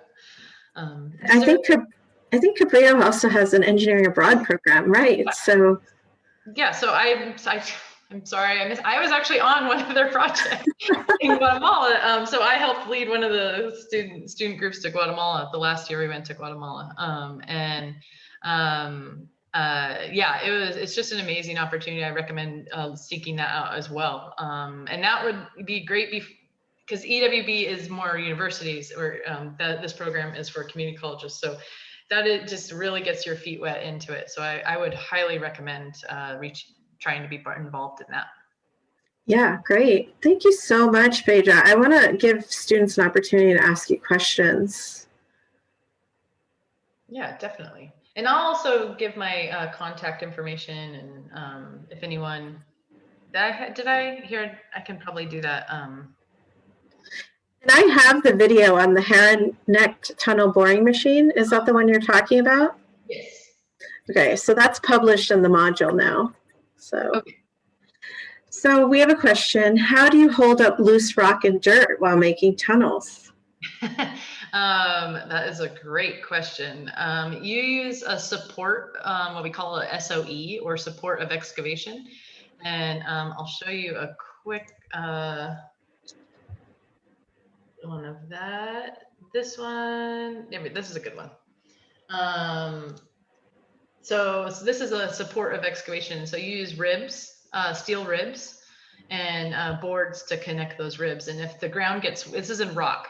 And so if the rock's really bad and jointed, you would use these. And if the rock gets worse and worse, you tighten them up and you make them short. You make the distance shorter and shorter, so the ground can kind of bridge between them. If the ground's worse, like this is actually a winery. And so we do a lot of winery projects. I haven't done any recently, but I used to do them quite a bit. And then, so these are those ribs, but you use shotcrete, which is what You just had it, the arm. Yeah, it was like spraying. And shotcrete is a mixture of cement, water, and sand, and small pea gravel. So it's like concrete, but not with a big aggregate. I think Crystal has a question. Yep. Yeah, I was wondering what the training process was like after school, like after you got out of school. I imagine that you didn't like take a bunch of classes around the tunneling. Did they teach you a lot? Did they expect you to know different things? Like, how was that? That's a really good question, Crystal. Transition. Yeah, that is a really good question. So you're right. I didn't know anything about tunneling when I was in school and when I got out of school. Cal Poly does have after I graduated, they started doing like a couple tunneling classes. And it was and I went down and have taught a couple. They're kind of like one-off classes. They're not like full-blown classes. And there's only a couple schools in the US who actually have tunneling courses. I think Virginia Tech and Colorado School of the Mines. They're more internationally, definitely more in Norway and France and Germany. But when I got hired, in this industry, people just tend to not have any experience when they come out of school in this industry. And so typically you'll get put with a mentor. If it's a good company, you'll get put with a mentor who's been doing this for a long time, and you absorb as much as possible. And you usually get thrown onto a construction site. And the first year, I would say the first 2 years, you are just trying to get a grasp of the scale of these projects. I mean, these projects are huge. These are multi-million dollar, hundreds of millions of dollars, sometimes in the billion-dollar projects. And so you're not going to know anything coming out of school, and you're going to have to be okay with that, and and be a little humble about it, and really learn from others. I I had like multiple mentors when I first got out of school and started working in the tunneling industry. And I did have to learn on the fly. You know, being in a tunnel and not having cell phone reception and my first year being so green, I had to depend on contractors. I had to depend on anyone who would help me out if I had questions. And sometimes I made a lot of mistakes. You do have to learn. Like the Cal Poly's like slogan is learn by doing, and that is the tunneling industry, is you got to learn by doing. And so you're not expected to know everything, and you won't, because you won't know everything coming out of it. I mean, I'm learning in my roles now. I'm learning tenfold now, and my bosses who are I work for a company called JCK Underground. I think my shirt says my JCK Underground. And we're about 20 employees now. It's my second tunneling company I've worked for. My first one has about 300 employees. My bosses are in their 60s and they're still saying, gosh, there's so much to learn, you know, and it's true. These are not like a house where you can like tend to like, okay, I think I can design this. This is pretty simple. Like we have a box and a roof, and unless you get more like what Dave does in architectural stuff, there's more variance. But in tunnels, every project is different, every single one of them. And so you're learning like so much on every project. And it's great to see people who are even retired and are saying, wow, I've never seen this before. It's really fun. It keeps you on your toes. How is that now that you're in a smaller company? How do you like that as compared to the larger one? So it depends on what you like. I love smaller companies. I've always liked smaller companies. I like to know everyone's ability in the company, because I lean and depend on everybody a lot. So I would prefer to work for a smaller company where I can just call up the principal and say, hey, I have this problem, or I need some recommendations, or what do you think about this? When you get to bigger size, it's a little bit different for everybody, but I think it's around the number of 60 or so, maybe 60 or 80 is when you start to lose a little bit of that relationships and connections with some of your coworkers. Because there starts to be too many people and you start to lose just that one-on-one interaction. And so I tried, and when I started my old company, it was around 40 people, and we just built and pretty much exploded with 400. And I still keep in touch with them. They're still really good people. But and actually, the company that I work with now, a lot of them used to work there. So, which is the same way of just, you know, continuing good relationships and, you know, providing good work and just keeping communication with people who leave, and never show animosity for people who leave either, you know, because you really don't know who's going to be your boss next. So I prefer a smaller company, a lot more flexibility. I've been working from home way before the pandemic. That was for 3 years before the pandemic. So we were pretty set to always work from home and just travel when we needed to. Good question. Thank you. Thank you so much, Phaedra. Are you quarantining right now since you just arrived? No, if you fly to Hawaii, or at least in Oahu, you can take a negative COVID test 72 hours before your flight. And if it's negative, then you don't need to quarantine. Oh, nice. Although I will say that, so I'm like in the process of doing business development where like I'm trying to meet with potential clients, and there's a couple of different new tunnels other than the one I'm pursuing is for the Army Corps of Engineers for flood relief tunnels in Manoa Valley. And it makes it difficult. COVID's making it a little difficult just to foster those relationships. And so I'm giving, and I've talked with them, and I was like, well, I'll give you 12, if it's okay, like let's do 12 days after I arrive, just to, you know, be considerate. And most everything's online, just online meetings and Zoom meetings lately. But in Hawaii, it's a little bit, everyone's so much more willing to be outside because it's warm. So even like outdoor lunches are more favorable at this point. Cool. Well, I want to thank you so much for being with us today. I think you and Dave really inspired the class on unique opportunities that are available in civil engineering.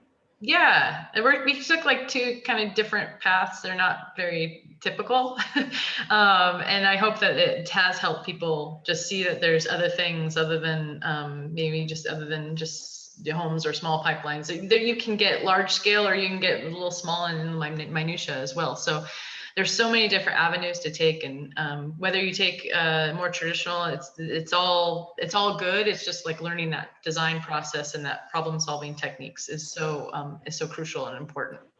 And taking the opportunities along the way to get experience, like you mentioned, with the engineering abroad and all of that. So I always tell people the first 5 years of your design of your design work, pretty much say yes to everything. Every project, say yes, because you will get so much experience within those 5 years if you're just willing to, if you're able to and willing to travel for work on hard projects, work in the middle of nowhere, and you will gain that knowledge so fast. And then you'll be someone that people will want to reach out to, which is good. You want to be that person. Great. Well, thank you. And you're affiliated with Cabrillo, right? Do you teach a class at Cabrillo? Yeah, I used to teach the surveying class, engineering surveying. I taught two semesters or two semesters of that. And yeah, I think with moving and everything, it was a little tough for me to continue that. And then working full time, it was really, I was having a hard time juggling it. Okay, well. But it was great, a great opportunity, and I really love Cabrillo. So. Well, maybe we'll see you back there one day. That would be great. All right. All right, we're gonna go ahead. Oh, no. Yeah, just let me know if you have any questions and if you want to reach out. It'd be good. Sounds great. Thank you so much, Phaedra. Have a great day. All right. We'll see you later today. Okay. Take care. Okay. Bye-bye. All right. Where are we? Let's see. It's 12:33. I hope you all enjoyed hearing from Dave and Phaedra. If you have any lingering questions, please feel free to send them over, and definitely we can pass them on to them. And Phaedra probably has a Cabrillo email account anyways. And I think we should take a break. We've been online together for an hour and a half. So how about we come back at 12:45? And then I will give you a little bit of more insight into some cool civil engineering projects, and then we'll do a project abroad. Any questions?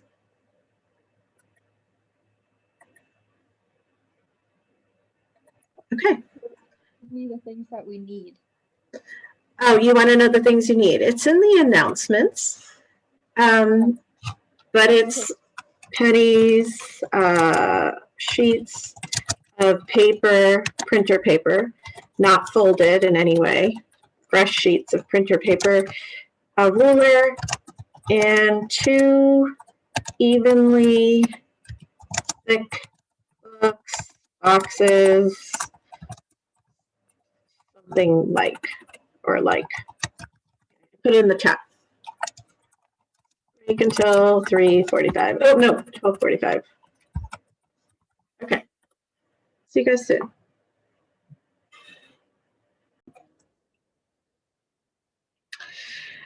So civil engineering is a pretty exciting field. It has many sub-disciplines in it.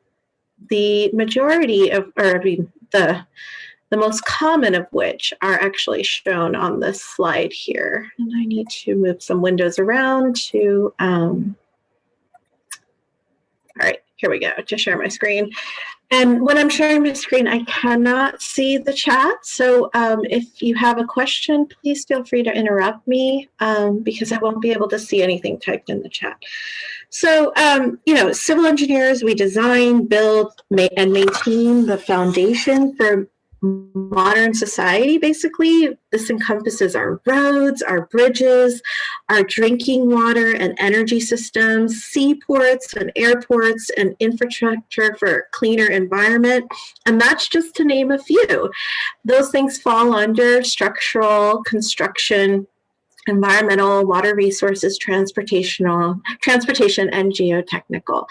And I posted 6 videos to the module, which I asked you to watch in advance of today so that you would be a little bit familiar with those 6 major disciplines, subdisciplines of civil engineering. And we're going to look at some things that civil engineers have made over the course of human history and why some of them are so remarkable. So before I begin, I want to alert you to this website. It's called ASCE's Historical Civil Engineering Landmarks. And what the American Society of Civil Engineers has done is created this historical landmarks program to honor the best civil engineering innovations that are at least 50 years old. And so if you want to take a look at that website, the link is in the module, and you can glance through all the different things that have been named to this landmark site. And I'll mention a few of those now. So first of all, let's go all the way back to 475 BC, which is when the Great Wall of China was begun to be built. And it was built basically to protect China from an invading group of people called the Huns. But it wasn't built all at once. It actually took over 2,000 years, and it put together a series of several independent walls that were built, rebuilt, merged, and expanded that then resulted in the wall that stands today. And I know that this photo is a bit blurry, but this chain-like image here is the current wall as it stands today. So imagine the time frame over which this wall has continued to exist. And now think about this fact. Does anyone know what holds a lot of the stones together in the wall? Manure? Great guess. Any other guesses? Think about the time frame. Did we have concrete? Clay, maybe? I actually heard about there being skeletons being used for dead bodies. Wow. Okay, so we've got manure, clay, we'll call it bone material. It's mud, clay, kind of similar. Great guesses. And it's very possible that all of that is in the mortar, but what's also in the mortar is rice flour. And think about that. That's an edible substance that is in existence between the rocks today. Fascinating, right? Another quick fact about this is that it's over 5,500 miles long. Can it be seen from space? Yes. So that is a good guess and a common misperception. It actually is not thick enough to be seen from space. Oh, did I give you the dimensions? Let's see, it reaches about 16 feet wide at its maximum width. Some of its towers rise above 3,000 feet above sea level and reach a maximum height of 25 feet. But at 16 feet width, it's not actually visible from space. So just some cool things to think about. Oh, and here's a photo of that rice flour mortar between the rocks and stones of the wall. All right, let's look at something. Let's move forward in time. Now we're looking at 50 AD. This is an aqueduct. It's called the Aqueduct of Segovia. It's in Spain, and it runs a length of 11 miles. It travels from the river. It's called the Fuente Fria River, which I believe this is part of, and it runs all the way into the city. And the purpose of it was to bring water, to transport water to a city that was 11 miles away. It was built during the Roman times. It used 24,000 granite blocks. There are arches. Look at these arches here, 167 of them that are more than 29 feet high. And it uses absolutely no mortar to hold it together, which is really, really remarkable. And so it's been named one of those civil engineering landmarks by the American Society of Civil Engineers. And it's so well preserved that it's still in use today, carrying water. All right. Then we've got the Panama Canal. We're jumping ahead many years here to 1914. And like I mentioned, that website has many things in between. I've just picked out a few that I thought were interesting. And most of you have heard of the Panama Canal. Has anyone been there? I haven't, but I heard that the old cement plant in what is it, north of us, Davenport, produced most of the cement for that area. Oh, very cool. Yeah. Okay. I didn't know that actually. So that's great. I haven't fact checked that though. Okay, we'll fact check it. We'll fact check it. What was I going to say? So this was built in 1914, and would you believe that before this was built, all the ships would travel around the entire continent of South America, which added 9,000 miles to the shipping journey. So it reduced the travel by 9,000 miles. And actually every year now, more than 15,000 ships travel between through the Panama Canal. And it's really a work of wonder how it works. And if you see here on the bottom, it shows you these locks. And basically a ship is lifted on one side and lowered. So what happens is a ship goes over here to one side, and then this lock, this little door would be lowered, and then the ship can go into this area here. And then the door raises up, and then it fills with water, allowing the ship to rise to the next level of the lock, where this door will go down, allow the ship in, and then they'll fill with water again, and they raise it up, and they do the same thing on the way down on the other side. I actually heard sorry. Go ahead. I actually heard about that it takes many hours, even days, to actually cross the Panama Canal. Is that true? It is true. Actually, my parents have had the benefit of doing this. It was on their bucket list, and it took many hours for the cruise ship to go through it. I mean, you can imagine, think about all the millions of gallons of water. Actually, each one of those locks, these little areas down here, has to fill with 52 million gallons of water. And each one of these doors weighs 750 tons. So you're moving that at a really slow rate, right? So it takes hours. And if there's a backup, then it could take days. You could be hanging out here in the water waiting your turn to go through, right? And it's one direction. So you're only moving one boat at a time. Well, unless in the middle here, they can switch off, right? So that is true. Anyways, it's been named one of the 7 wonders of the modern world, and it also is on the ASCE historic landmark list. Just to give you an idea, to dig this out, they had to dig up enough dirt that would bury Manhattan 12 feet deep. So that's how much dirt was moved. So pretty cool. All right, let's come home to the Hoover Dam. How many people have been here? Anyone?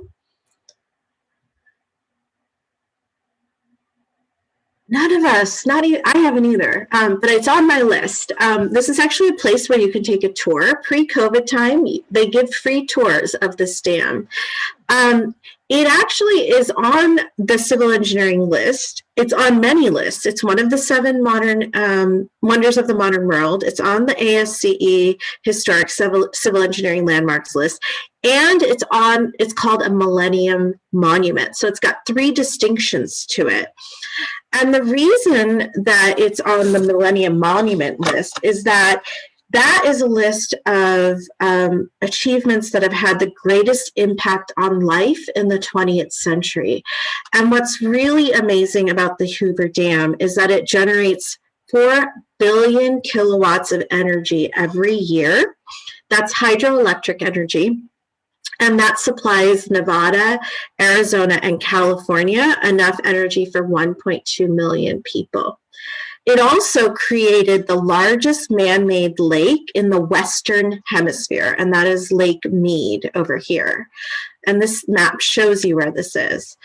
You can see that at the bottom, it is 690 feet thick. Imagine all the water it's holding behind it, okay? And it's 45 feet thick here. And on the tours they have, and hopefully they'll bring them back, you actually go inside this structure, the dam structure, and you can see how it's built. So it's pretty cool. And that was in 1936.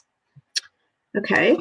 Actually, Phaedra mentioned this really quickly, the English Channel Tunnel, also abbreviated the Channel. This is actually one of the 7 wonders of the modern world. And it connects England and France. And it's 31 miles long and up to 250 feet deep. So right here, it kind of shows you where it's running along the seabed here, and that depth runs up to 250 feet deep. It's the 2nd longest tunnel in the world and has the longest underwater portion of any tunnel that exists. One of the interesting things about it is that the trains move so fast through this tunnel that they had to install valves in the tunnel walls to vent the pressure buildup that happens as the trains are moving through the tunnels. So that was definitely, an engineering invention, basically, for this underwater tunnel, is to create these valves in there. Let's see, it took 6 years to build, and it took 11 boring machines to build this. And those are those boring machines that Phaedra had talked about. And what's also interesting is that I believe 2 of those boring machines were left at the bottom on the side of the tunnel because they couldn't get them back out. And that's actually a fate of some boring machines, is that they get left behind when they are done with their use. Many have been built to the specific tunnel that's being bored. And, I've talked with Phaedra before, so I know this, but they are looking into more retrofit of boring machines because it can reduce the cost of one. But generally, on every new tunnel project, a new boring machine has been built in the past. And sometimes it's a one-time use. Okay.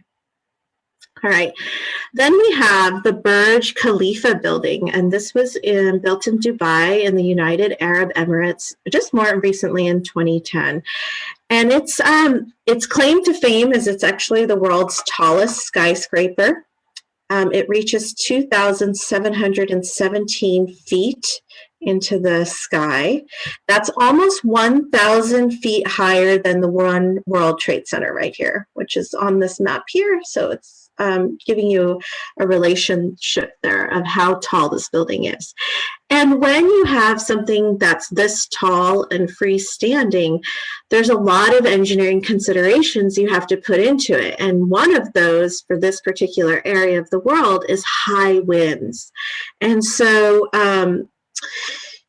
they had to perform so many wind tunnel tests to determine the best configuration of the building, and also to ensure that it could withstand winds of up to 99 miles per hour. And so The building is built so that the winds travel around the building. It's given this Y shape here, and you can see how that shape changes as you move up to the top of the building and how the wind moves around the building. It has 163 floors, and there are actually 27 terraces that you can walk out on this building. It took 22 million man hours to build this, and some of this had to be done at night in the dark with lights because the daytime temperatures can also be so high in that area. So this is also very, very unique and exciting engineering work here. Has anyone been here? United Arab Emirates, the Burj Khalifa building? No, okay, none of us have been there. All right. Here's another interesting feat of engineering. It's the Qingdao Haiwan Bridge. It was built in 2011. This bridge is 26.5 miles long. It's in China, and there's where it's located right there. It uses 450,000 tons of steel and 3 million cubic yards of concrete. It is the longest bridge in the world in aggregate length. It took 4 years and 10,000 people to build this. One of the most interesting things also about this bridge, beyond the fact that it's one of the longest in the world, or is the longest in the world, is that it was built to withstand typhoons, earthquakes up to 8.0 on the Richter scale, and the impact of a 300,000 ton vessel should that happen. I was kind of hoping you were going to say Godzilla. That's pretty close, right? How much does Godzilla weigh? Pretty cool. Pretty cool. Okay. Let's see. Last one that I have for us here is the Palm Islands in Dubai. Oh, I don't have a year. I just noticed that. These are recent. And I don't remember when it was finished. I'll have to look that up. Anyways, you know, the Palm Island in Dubai is actually one of these controversial engineering feats. Here we are. We have, you know, as humankind and building an island in a water body. And a lot of people were very, very worried about the impact on the natural wildlife, the impact on the way the water moves in that water body, all sorts of ramifications of this. So it continues to be controversial. There are people that say, you know, it shouldn't be here, but it was built. And the reason it was built is that in Dubai, they had traditionally had 5 million tourists a year or so. And that was fine. They're a small country and they could support that. But the sheik wanted to triple that to 15 million tourists a year. But he didn't have the coastline to support that level of tourism. So he said, well, let's build an island and create a whole bunch of coastline. And so that's what they did. Some of the good news is that it's made from all natural materials like rock and sand, and much of that has been reclaimed from other projects and put into use here. What else can I say about it? The way it's been built, this part around this is a breakwater. So that keeps away the large waves and makes swimming in this area more pleasant. And this can be seen from space. It is actually the largest man-made island in the world, and it can be seen from space. I actually watched a little documentary about that specific island. Yeah. And it talks about mobile homes, about possibly look-alike boats that actually people could live in. And it's just like weird structures, and it's like has like all types of windows, and you could actually live on top of the ocean. It was really interesting. So what you're saying is that people can bring in their houseboats and and Yes. hook them up at various places along here, in addition Yes, to the they- hotels and stuff that are here. Yeah. Yes, they were actually planning to. Well, they actually have a mobile home already, but they're still planning to make it structurally available for people to actually live on them, and so that it's Cool. not dangerous for people. So Yeah. Very cool. Has anyone been here? I guess if we hadn't been to the Burj Khalifa, it's in the same place. So I'm going to assume that none of us have been here either. Anyways, I hope that's inspired you.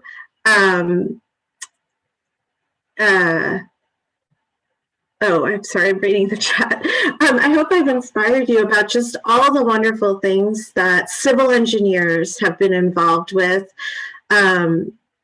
creating over time. And I only picked out 10, but I encourage you to look at the seven wonders of the modern world list, and the ASCE's historic landmark list, and the Millennium Monuments list to get an even broader scope of all the things that have been done. And just, the potential that's out there for you guys as you start your careers. It looks like someone has said they've gone through the channel, I'm assuming, which is pretty cool. And rice equals gluten, which equals glue. Yeah, good point. All right. So then the next part of our class today is working on this project and then reporting out to everyone what you found. And so we're going to go into breakout rooms, and as groups, you can, kind of help each other along, but everybody's going to work on the project on their own. If there's anybody that doesn't have any supplies, could you let me know in the chat so that I don't put all the people with no supplies in one room, which, we'll do the same thing we did for the clay boats, where I'll try to mix people up and make sure that if you don't have your supplies, you can at least contribute to the conversation and the design ideas that your group is coming up with. So let me share my screen and talk about our project. And it's actually kind of fun and a great follow-up to some stuff that Dave had talked about. So our project today is going to be building a paper bridge, basically. And a bridge is a structure. Dave talked about bridges and how they have to support a certain load, and how he worked on designing the one that was called the Eye of the Needle Bridge. So I'm going to leave it up to you guys. I've put some information here on different types of bridges. This page is in the module. Just let me make sure that I publish it. Okay. And so you can look at that. I'm not going to go through it, but I encourage you to look at this because it talks about that tension and compression that bridges undergo and how certain bridges distribute that. Different kinds of bridges distribute that so that they can support the weight. So the challenge for your project is, can you build a bridge that holds 100 pennies using one sheet of paper? Okay, so I asked you to bring a ruler. Your bridge has to span 8 inches about. So depending on which ruler you brought, it's 20 centimeters or 8 inches. So you need to set the two books or boxes or whatever you're using that are of equal width apart by that distance. And then you need to lay a sheet across it. And Dave actually demoed where he had a sheet of paper and he said, look, it just folds. If I put any weight under it, it just folds. So I encourage you to start with that. Get your setup and just lay your sheet across having done nothing. And put a penny on it, or don't put a penny on it, see what happens, and then put a penny on it, see what happens.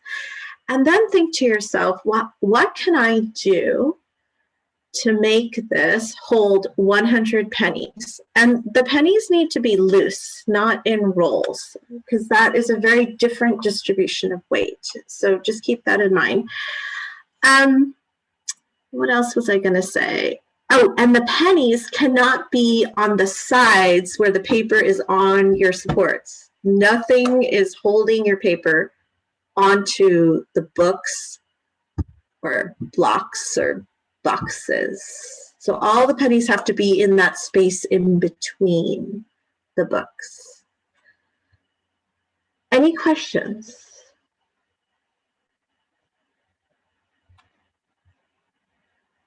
So I've given you a little bit of, like, hey, how should I start? So here's kind of some steps to start, and then we'll come back together and we'll talk about it as a group.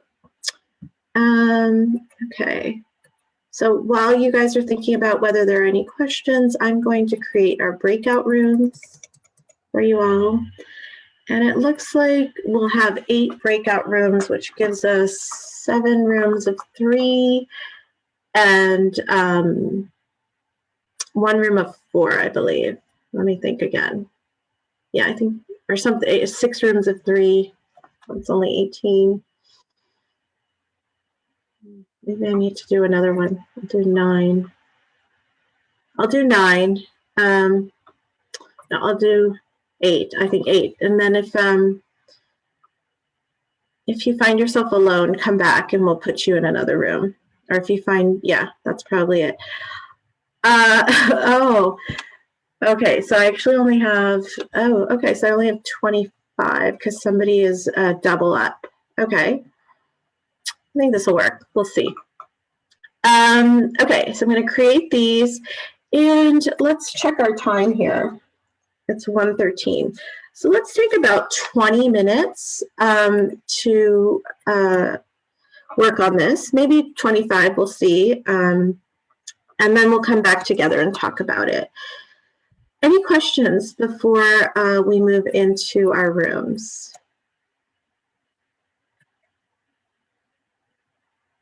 I have a quick question. Sure.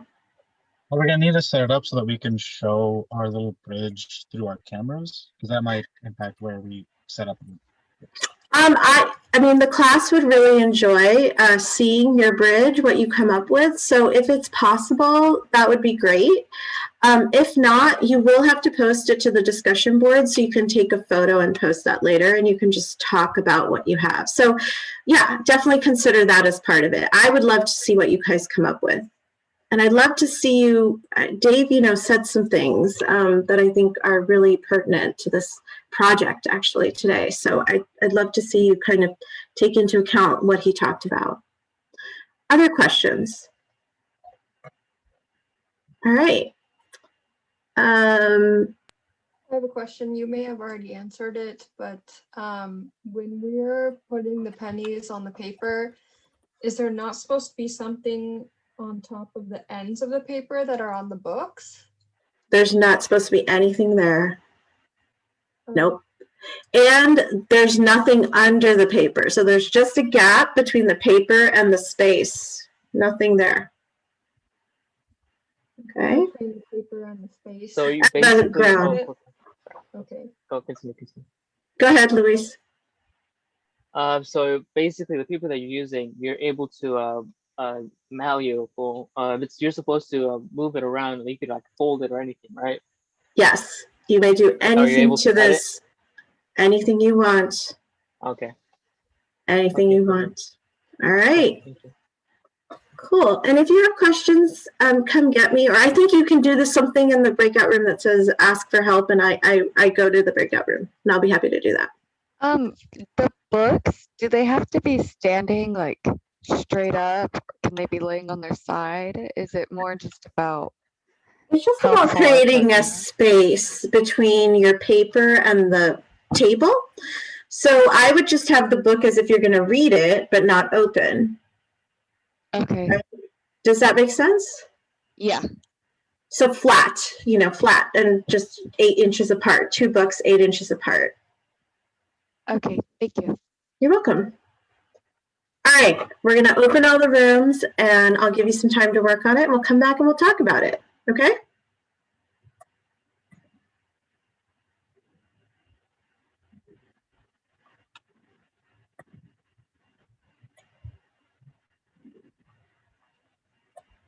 Is it fine if we use other types of coins? Yes, in the case where we don't have the same, pennies, yes, but it won't be the same comparison. So just know that.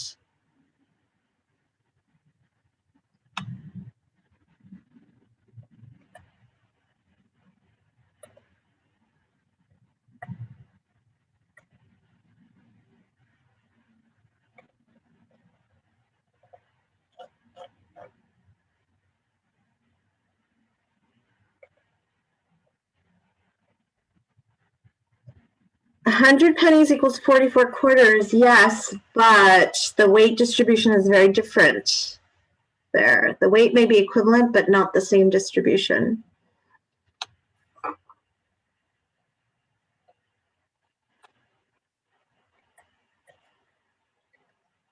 Start the recording. Do I have any volunteers to show us what they found? First of all, let me ask, did anybody get their bridge to support 100 pennies or more? Yeah. Yes, wonderful, okay. I have the equivalent weight. What's that? I have equivalent weight in quarters on my bridge. Right, the quarters are going to be distributing differently the weight because they each weigh a little heavy, but that's fine. It's just not exactly the same. Do you understand that? Like how that works? Yeah. Okay. All right, so can we see some examples? Would somebody be willing to share, or a room be willing to share? I could go ahead. I was able to withstand 100 pennies and about 34 quarters. Wow. Tell us what you did, Luis. And who were you with? Let's see who you were with. Nathan and Jose. Okay. And this is the design that I made. It's not the best, but as you can see, I folded these edges. Mm-hmm. What I thought about was distributing the weight on the sides so that the middle is not the only part that's getting distributed the weight. I don't know if that makes sense, but in my head it made sense. So let's see. Now, did your yes. did your breakout room partners do the same design as you, or did you all do different designs?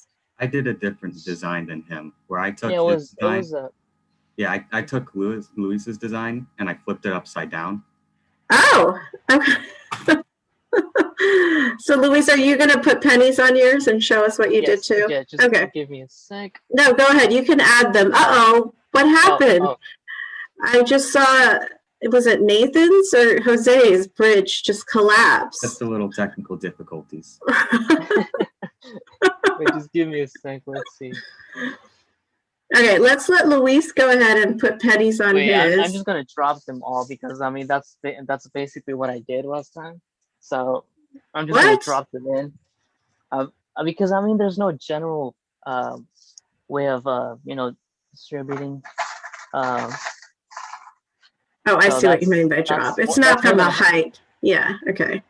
That's more than 100 pennies. Right there. And is that 8 inches apart? Yes. Okay. It's exactly 8 inches, about 20 centimeters. And okay. These are the quarters. Okay, so.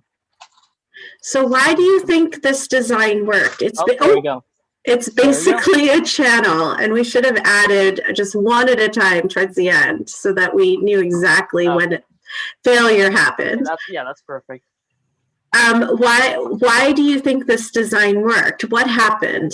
Did you guys start with just a plain sheet of paper across the books in your room? I actually tried just trying the paper just in general. Like just, you remember how I told you like could you like just fold it? Yes. And so that's what I tried, but then I noticed that how what was his name? I can't exactly remember his name. Dave? But how he told us, yes, Dave. So he told us that the tension actually, when you actually distribute the weight to like have like sides or angles that actually let's see how to explain this. If you actually find a different way that that you have like different distributes of weight, the middle is not the only thing that's getting the pressure, but actually the sides as well. Okay, so basically what you're saying is that you created these sides on your bridge to take some of the load, basically. Yes. Okay, thank you guys for sharing. Nathan, were you able to get just as many on in the reverse? I got it all the way up to, I think, a little over 100, and then I just stopped there because I was worried it was going to collapse. Okay. And then right when I joined the call, it collapsed. So we heard it. No, it's interesting because you didn't use the folds. You folded it and then you turned it over. Were the pennies balancing on the folds? Was like the bridge balancing on the sides? Well, here I can just show you it right now. I can just try and like dump some pennies on a little bit at a time here. So as you're putting pennies on, what we're noticing is that the folded sides are sort of flattening. Is that correct? Yes, they are. But nevertheless, the folds are providing an enormous amount of support, even not maintained in their original configuration. Did anyone else find this phenomenon? I did something a little similar, except for I folded the paper kind of more around the edges of the book a little bit. But it didn't hold nearly as many pennies as that. It only got up to like 52. So are you saying that your folds were on the ends that are not folded right now in Nathan's image? So my books were tilted horizontally rather than vertically, and I kind of fold the paper to conform a little bit to the edges of the books. Ah, okay. Are you able to show us that, or yeah, I could try. Okay, that'd be great. Nathan, how many did you get on there? Were you counting? Oh, I wasn't counting, but here I'll just move the ones that aren't on there, and then subtract from the overall hand.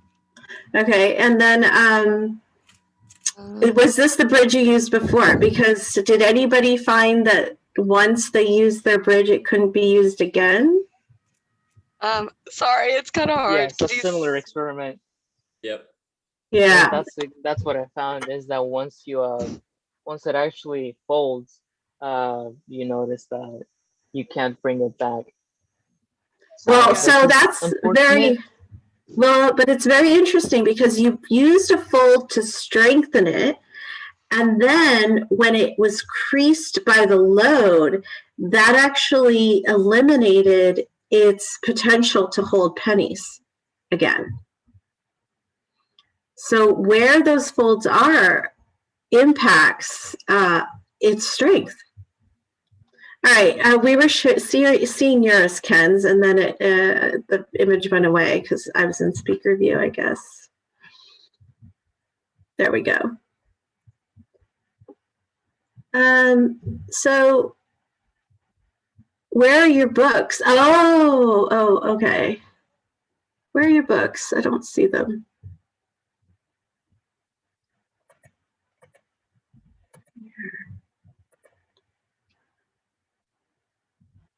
Are your books inside your bridge? Oh, you're muted, Ken's. We can't hear you. I'm sorry. I didn't even realize. That's okay. But yeah, I couldn't get back up to 52. I was only able to do it like once, but it's like the flip of what Nathan had. And are the ends, is your paper sort of wrapped around your books? Is that what you meant? Yeah. Like okay. Formed a little to the edge. And then are they 8 inches apart? Yeah, they might not be right now because I probably moved them a little bit, but they were. Okay. Very interesting design. Notice that all 3 of these that we've seen have the same folds essentially, but they've used them in different ways. And Ken's, you said you got what? How many? 58 on there? I think 52. 52. And I think Luis said he got 130. What did you say? It was so I just made the calculations, and it's I don't know if you can see it. It's 106 pennies and about 34 quarters. About. So it was plus 34 quarters. Okay, that's great. So someone put in the chat that at 44 quarters equals 100 pennies. So you're almost at 200 pennies essentially. Okay. All right. How about some other? Actually, yeah. Oh, sorry, no. Yeah, no, go ahead. Oh, I was actually measuring the weight so I could tell the amount of pennies I used. And so like I would assume it would be around 30 quarters because you saw how it collapsed. But before, when we were in the breakout rooms, I was actually able to withhold about more than 30, 34. Because you talked about the creases and it's just, it wasn't able to withstand this thing. So. Right. So many of you will probably have found that once you tested this one design, you had to start again to do a new design. The tested paper was sort of done with. Did anyone have a different design? We've seen 3 very similar designs so far. I uploaded mine to the chat, a picture of mine. Oh, let me see. Click to download, it says. With All the right. count of the coins attached. Okay, I may be able to bring up what you put in the chat. So let me see if I can bring that up.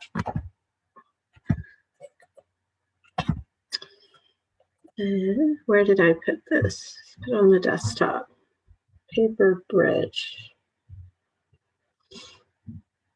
I don't see it. See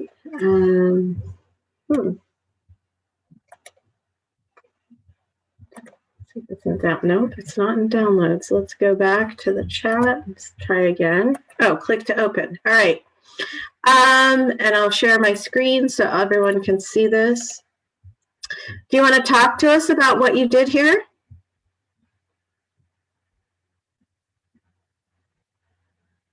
Cody, you're muted if you're talking. Sorry, thank you. So what I did initially is I took the length longwise and I folded it in half. And then I folded that in half again. And then from there, I made essentially handrails. And I used I had suggested this design to one of my partners. I can't remember. I was in with Cameron and I can't remember who else. I'll find out. I'll find out for you. I have to. And I think it was him that suggested that he took the idea and he folded his rails in, where initially I had folded my rails to the outside. And so I took his suggestion of folding my rails inward, and that gave a lot more strength.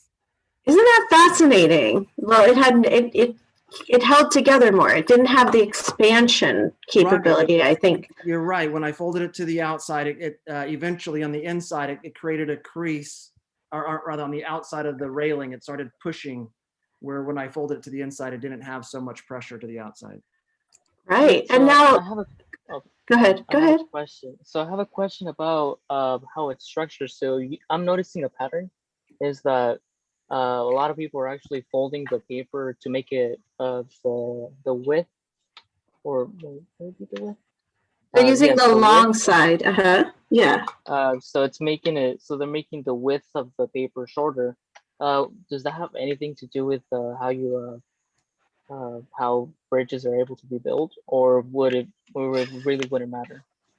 Oh no, it does matter. Of course it matters. The width definitely matters, and what you saw was the wider the bridge, the less folds. I think it held a little bit less pennies than the more folds you introduce. Like Dave showed you, he said, look at this, he had that pad of paper, he said, it just bends. Now turn it on its side, and he kind of hit the top, and it wasn't bending anymore. Remember that? So as you're folding it more, which is what's making it narrow, you're creating a more rigid system that is less likely to bend. So in this case, that like you could make this wider width, say taking multiple sheets of paper and then folding them together. Now you can make it wider and have the same rigidity. But with your one sheet of paper, to get that amount of rigidity, it's going to be a lot narrower than wider. Does that answer the question? So yes, you were limited on your materials. Yeah, you were limited on your materials. So what I also see very interesting different about this photo is the way the pennies have been stacked up. Did you try putting them any other way than this? Well, it occurred to me that if I put the weight in the center of it, it would want to have more downward pressure.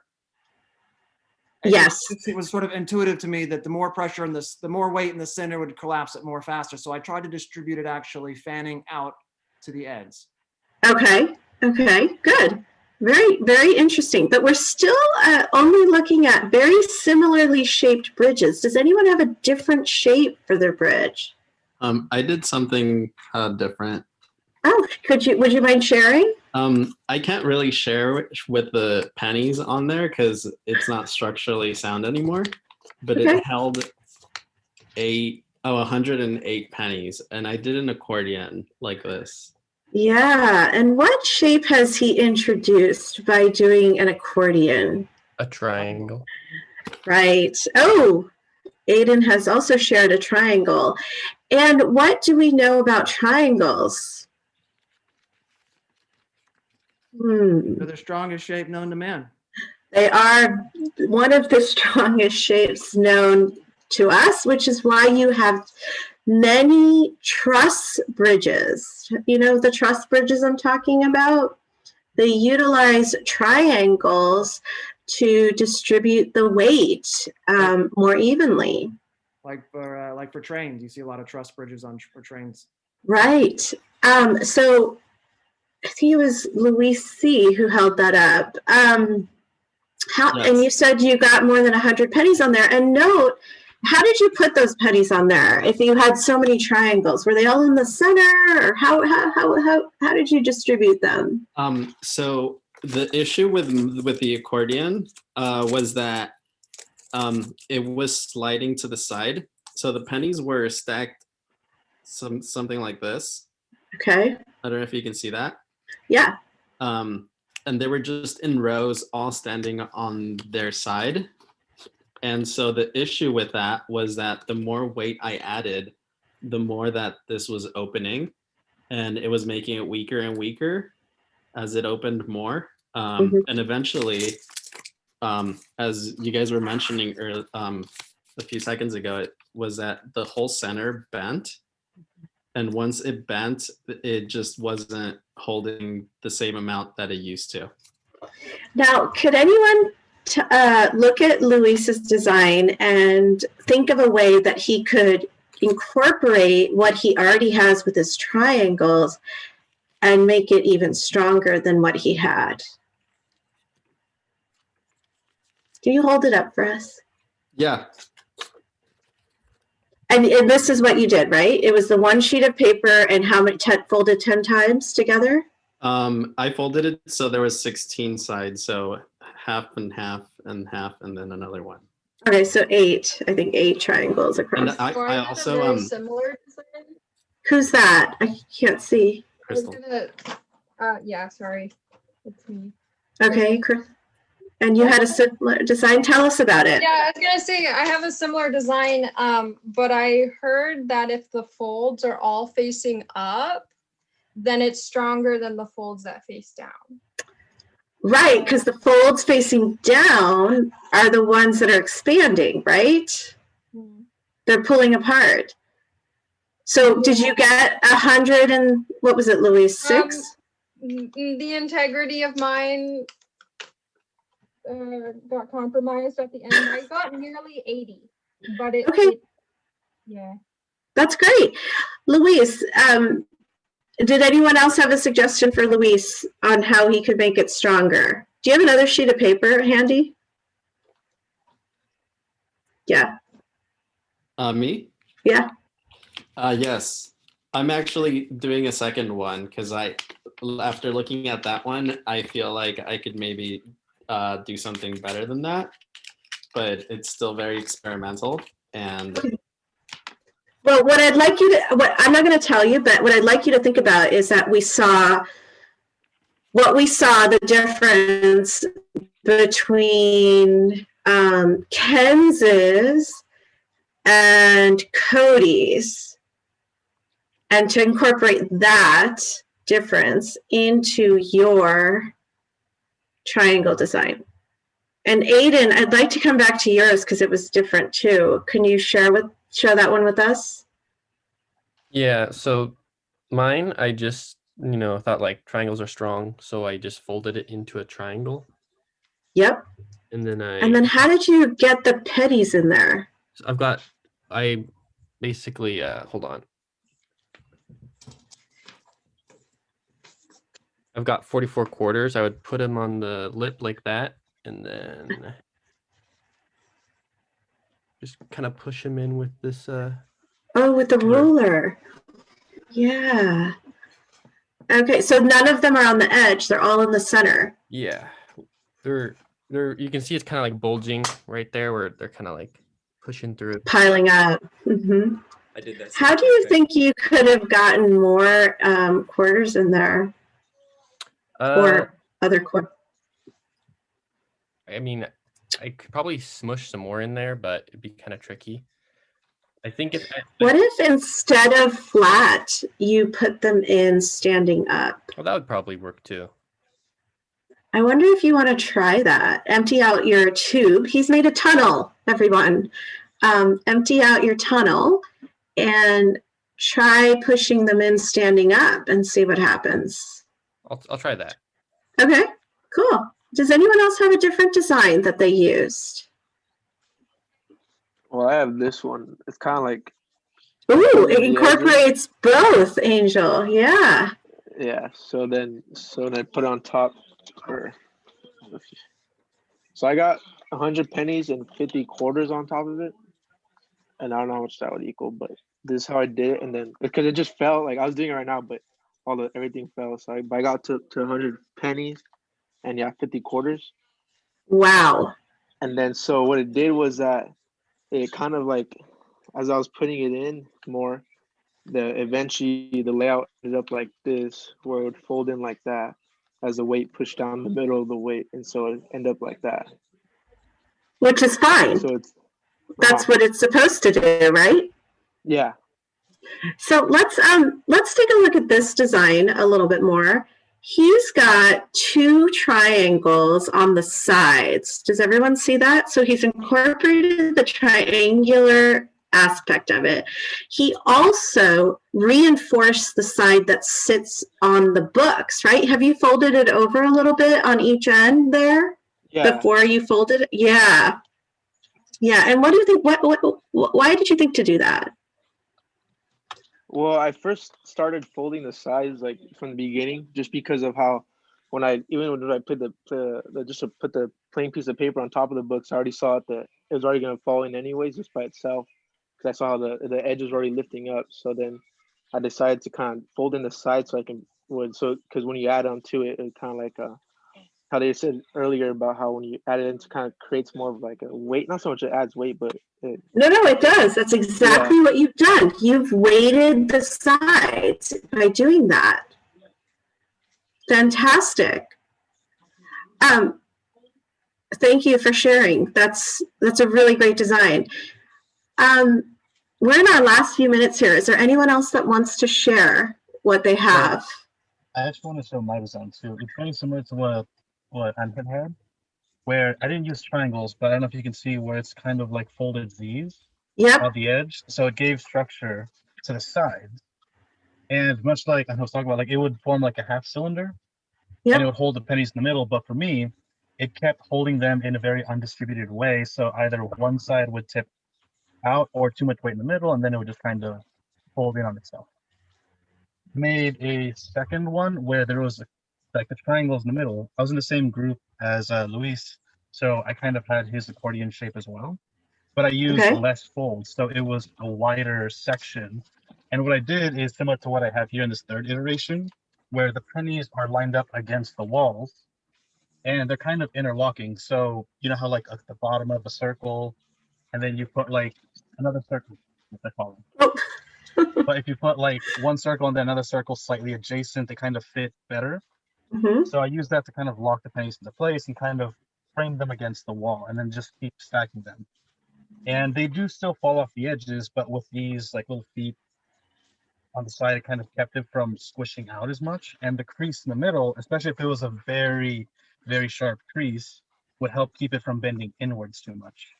Exactly. Very good. And I like how the ends were again supported on the sides with your folds, which again, the folding added rigidity.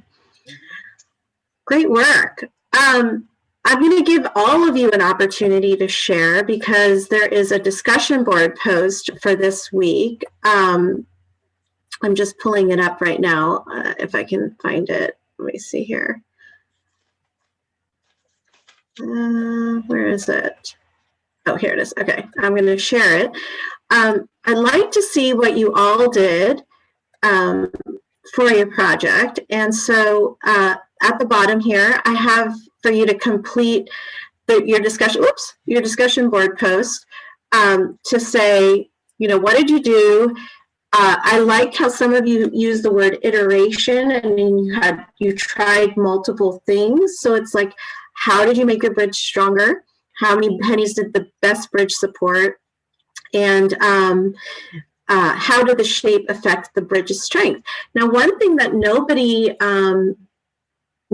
demonstrated but may have done, and I want to go back to, who was it that had taken their pennies out of rolls or quarters out of rolls? Someone had the roll paper sitting there. Anyone have? That was me, Pretty. Oh, that was you, Cody. So I have your photo actually right here. Okay, so I'm going to show that now. Hold on. Because I want to show you something. What shape is this? A cylinder? It's a cylinder, right? But the cylinder cross section is a circle. Circle. Think of how strong this is. Think of what you could do with your bridge and how many pennies you could line up right inside of there, or quarters, using that shape. Consider that.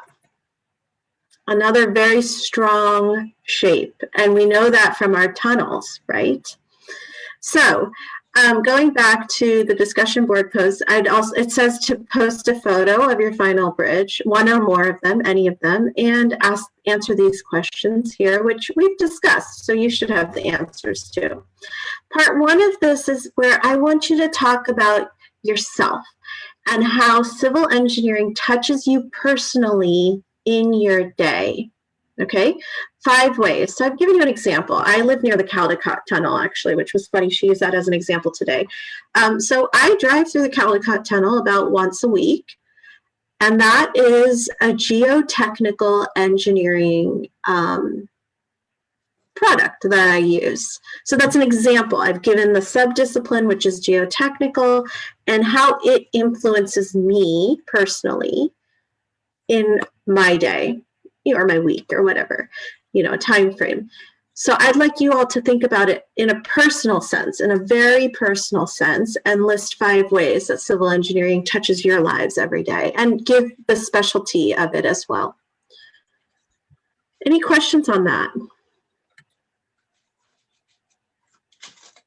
I hope you enjoyed the project. It was kind of a challenge, but I think I need to increase the challenge, because you guys got well over 100 pennies. We're into like 200 pennies. So maybe for the next class, they have to have it 10 inches apart.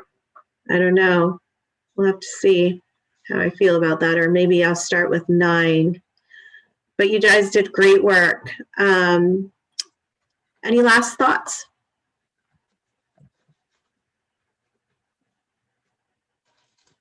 I see many of you are still working on it. Well, okay. So I'm going to see you in 2 weeks. We'll be doing another fun project, and I'll send out a list of materials next week for that.